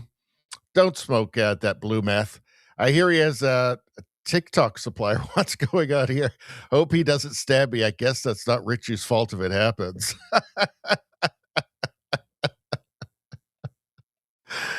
Oh, dear. Or do I have to? This is not in the contract, but I guess Spam left early, didn't he? So if Spam's not here, I guess we could do one. If you're that low on energy, I mean, what can we do? I know you had some coffee. I know you had espressos. I know you smoked crack. I know that you had that blue meth. I know that you chewed on 6 or 7 polar bear adrenaline glands. What the hell else could we possibly do to give you the kind of energy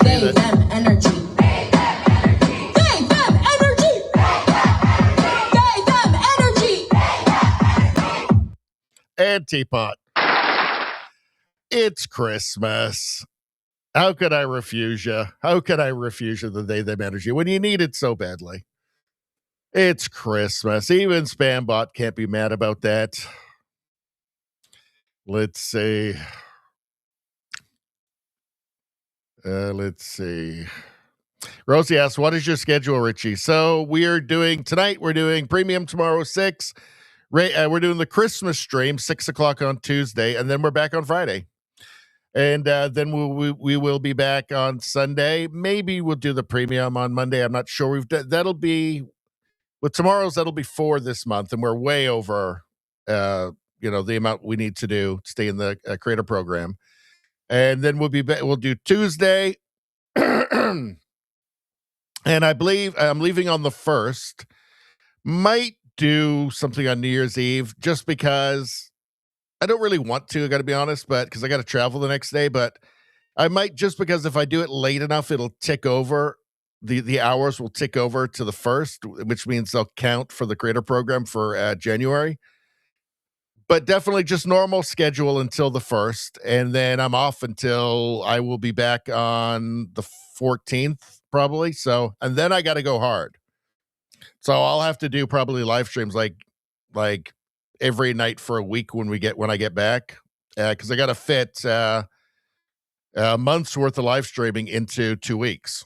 So we're going to go really hard. We'll be doing a lot of live streaming when I get back. I'm taking my studio, obviously. I will try to. The main problem is internet. Getting a good internet signal while I'm away, but. I'll try and do a live stream. Maybe just stream it to Rumble. Maybe, I don't know. I'll try and do it. I usually can. I've done it once or twice before. I'll try. I'll be pretty busy.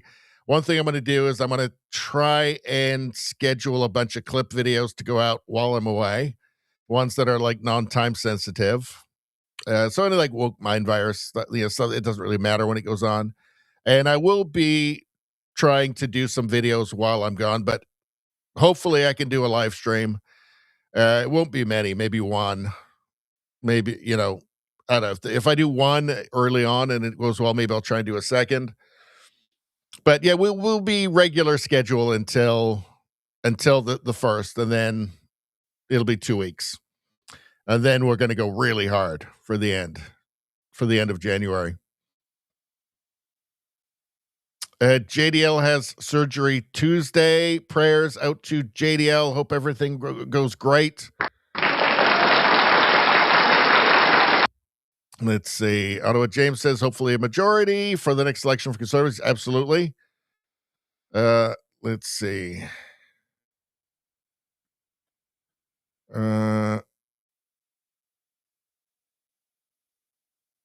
Let's see.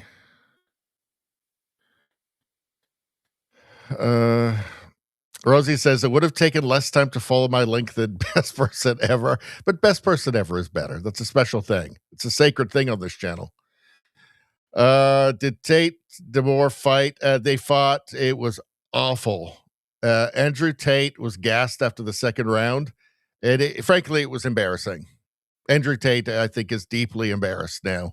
It was awful. It's one of the worst things I've ever seen. And that Tate DeMoor guy is no skill. He's terrible too. He's just huge. He's like 6'5", massive guy. Andrew Tate I mean, you could see like like, when he had his form in the first, round and a half, but by the end of the second round, he was gassed, and then it was just awful, really terrible, like embarrassingly bad. Let's see.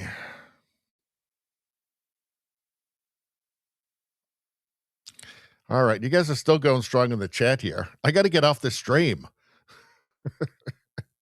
All right, that's it. Oh, chocolate. Oh, God damn it. All right, Rosie, let's do that quickly. Damn it, Rosie. There you go. There you got your damn it. God damn it, Rosie. All right, let's do this. Hold on. Chocolate. Chocolat. Let's see.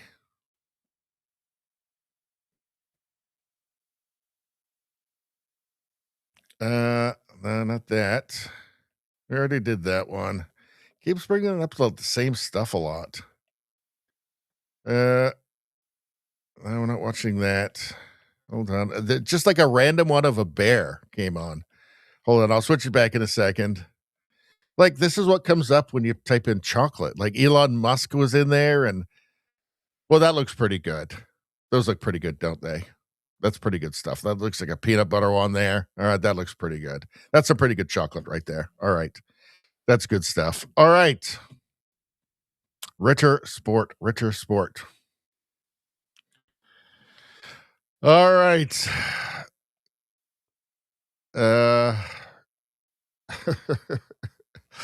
All right, that's it. I'm done.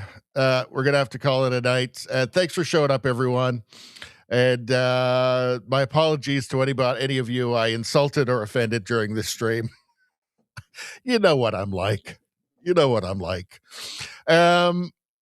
Yeah, so what is it? Sunday night, back tomorrow for the premium stream. We'll do a short one tomorrow. Bring your links, everybody. Bring your links for the Link Monkey tomorrow. And I will do lots and lots of links because I'll have nothing planned. And just whatever you guys bring, really, we'll do that. We'll look at random stuff. And yeah, it'll be fun. It's always fun. I really enjoy the premium streams, actually. Just total freestyle. We have a good time. It's all just, it's like 100% audience, right? So, and chat. And everybody have a great night. Have a great start to your week. Merry Christmas, everyone. Don't forget that the Christmas stream is Tuesday. Oh, send in all your keep sending in your Christmas links on to X, to the X account, and Radio Baloney X. And I'm putting all those away. I'm stashing them up for the Christmas stream on Tuesday. So everybody have a great night. Merry Christmas, everyone. And we'll see you tomorrow for the premium stream. Good night, everyone.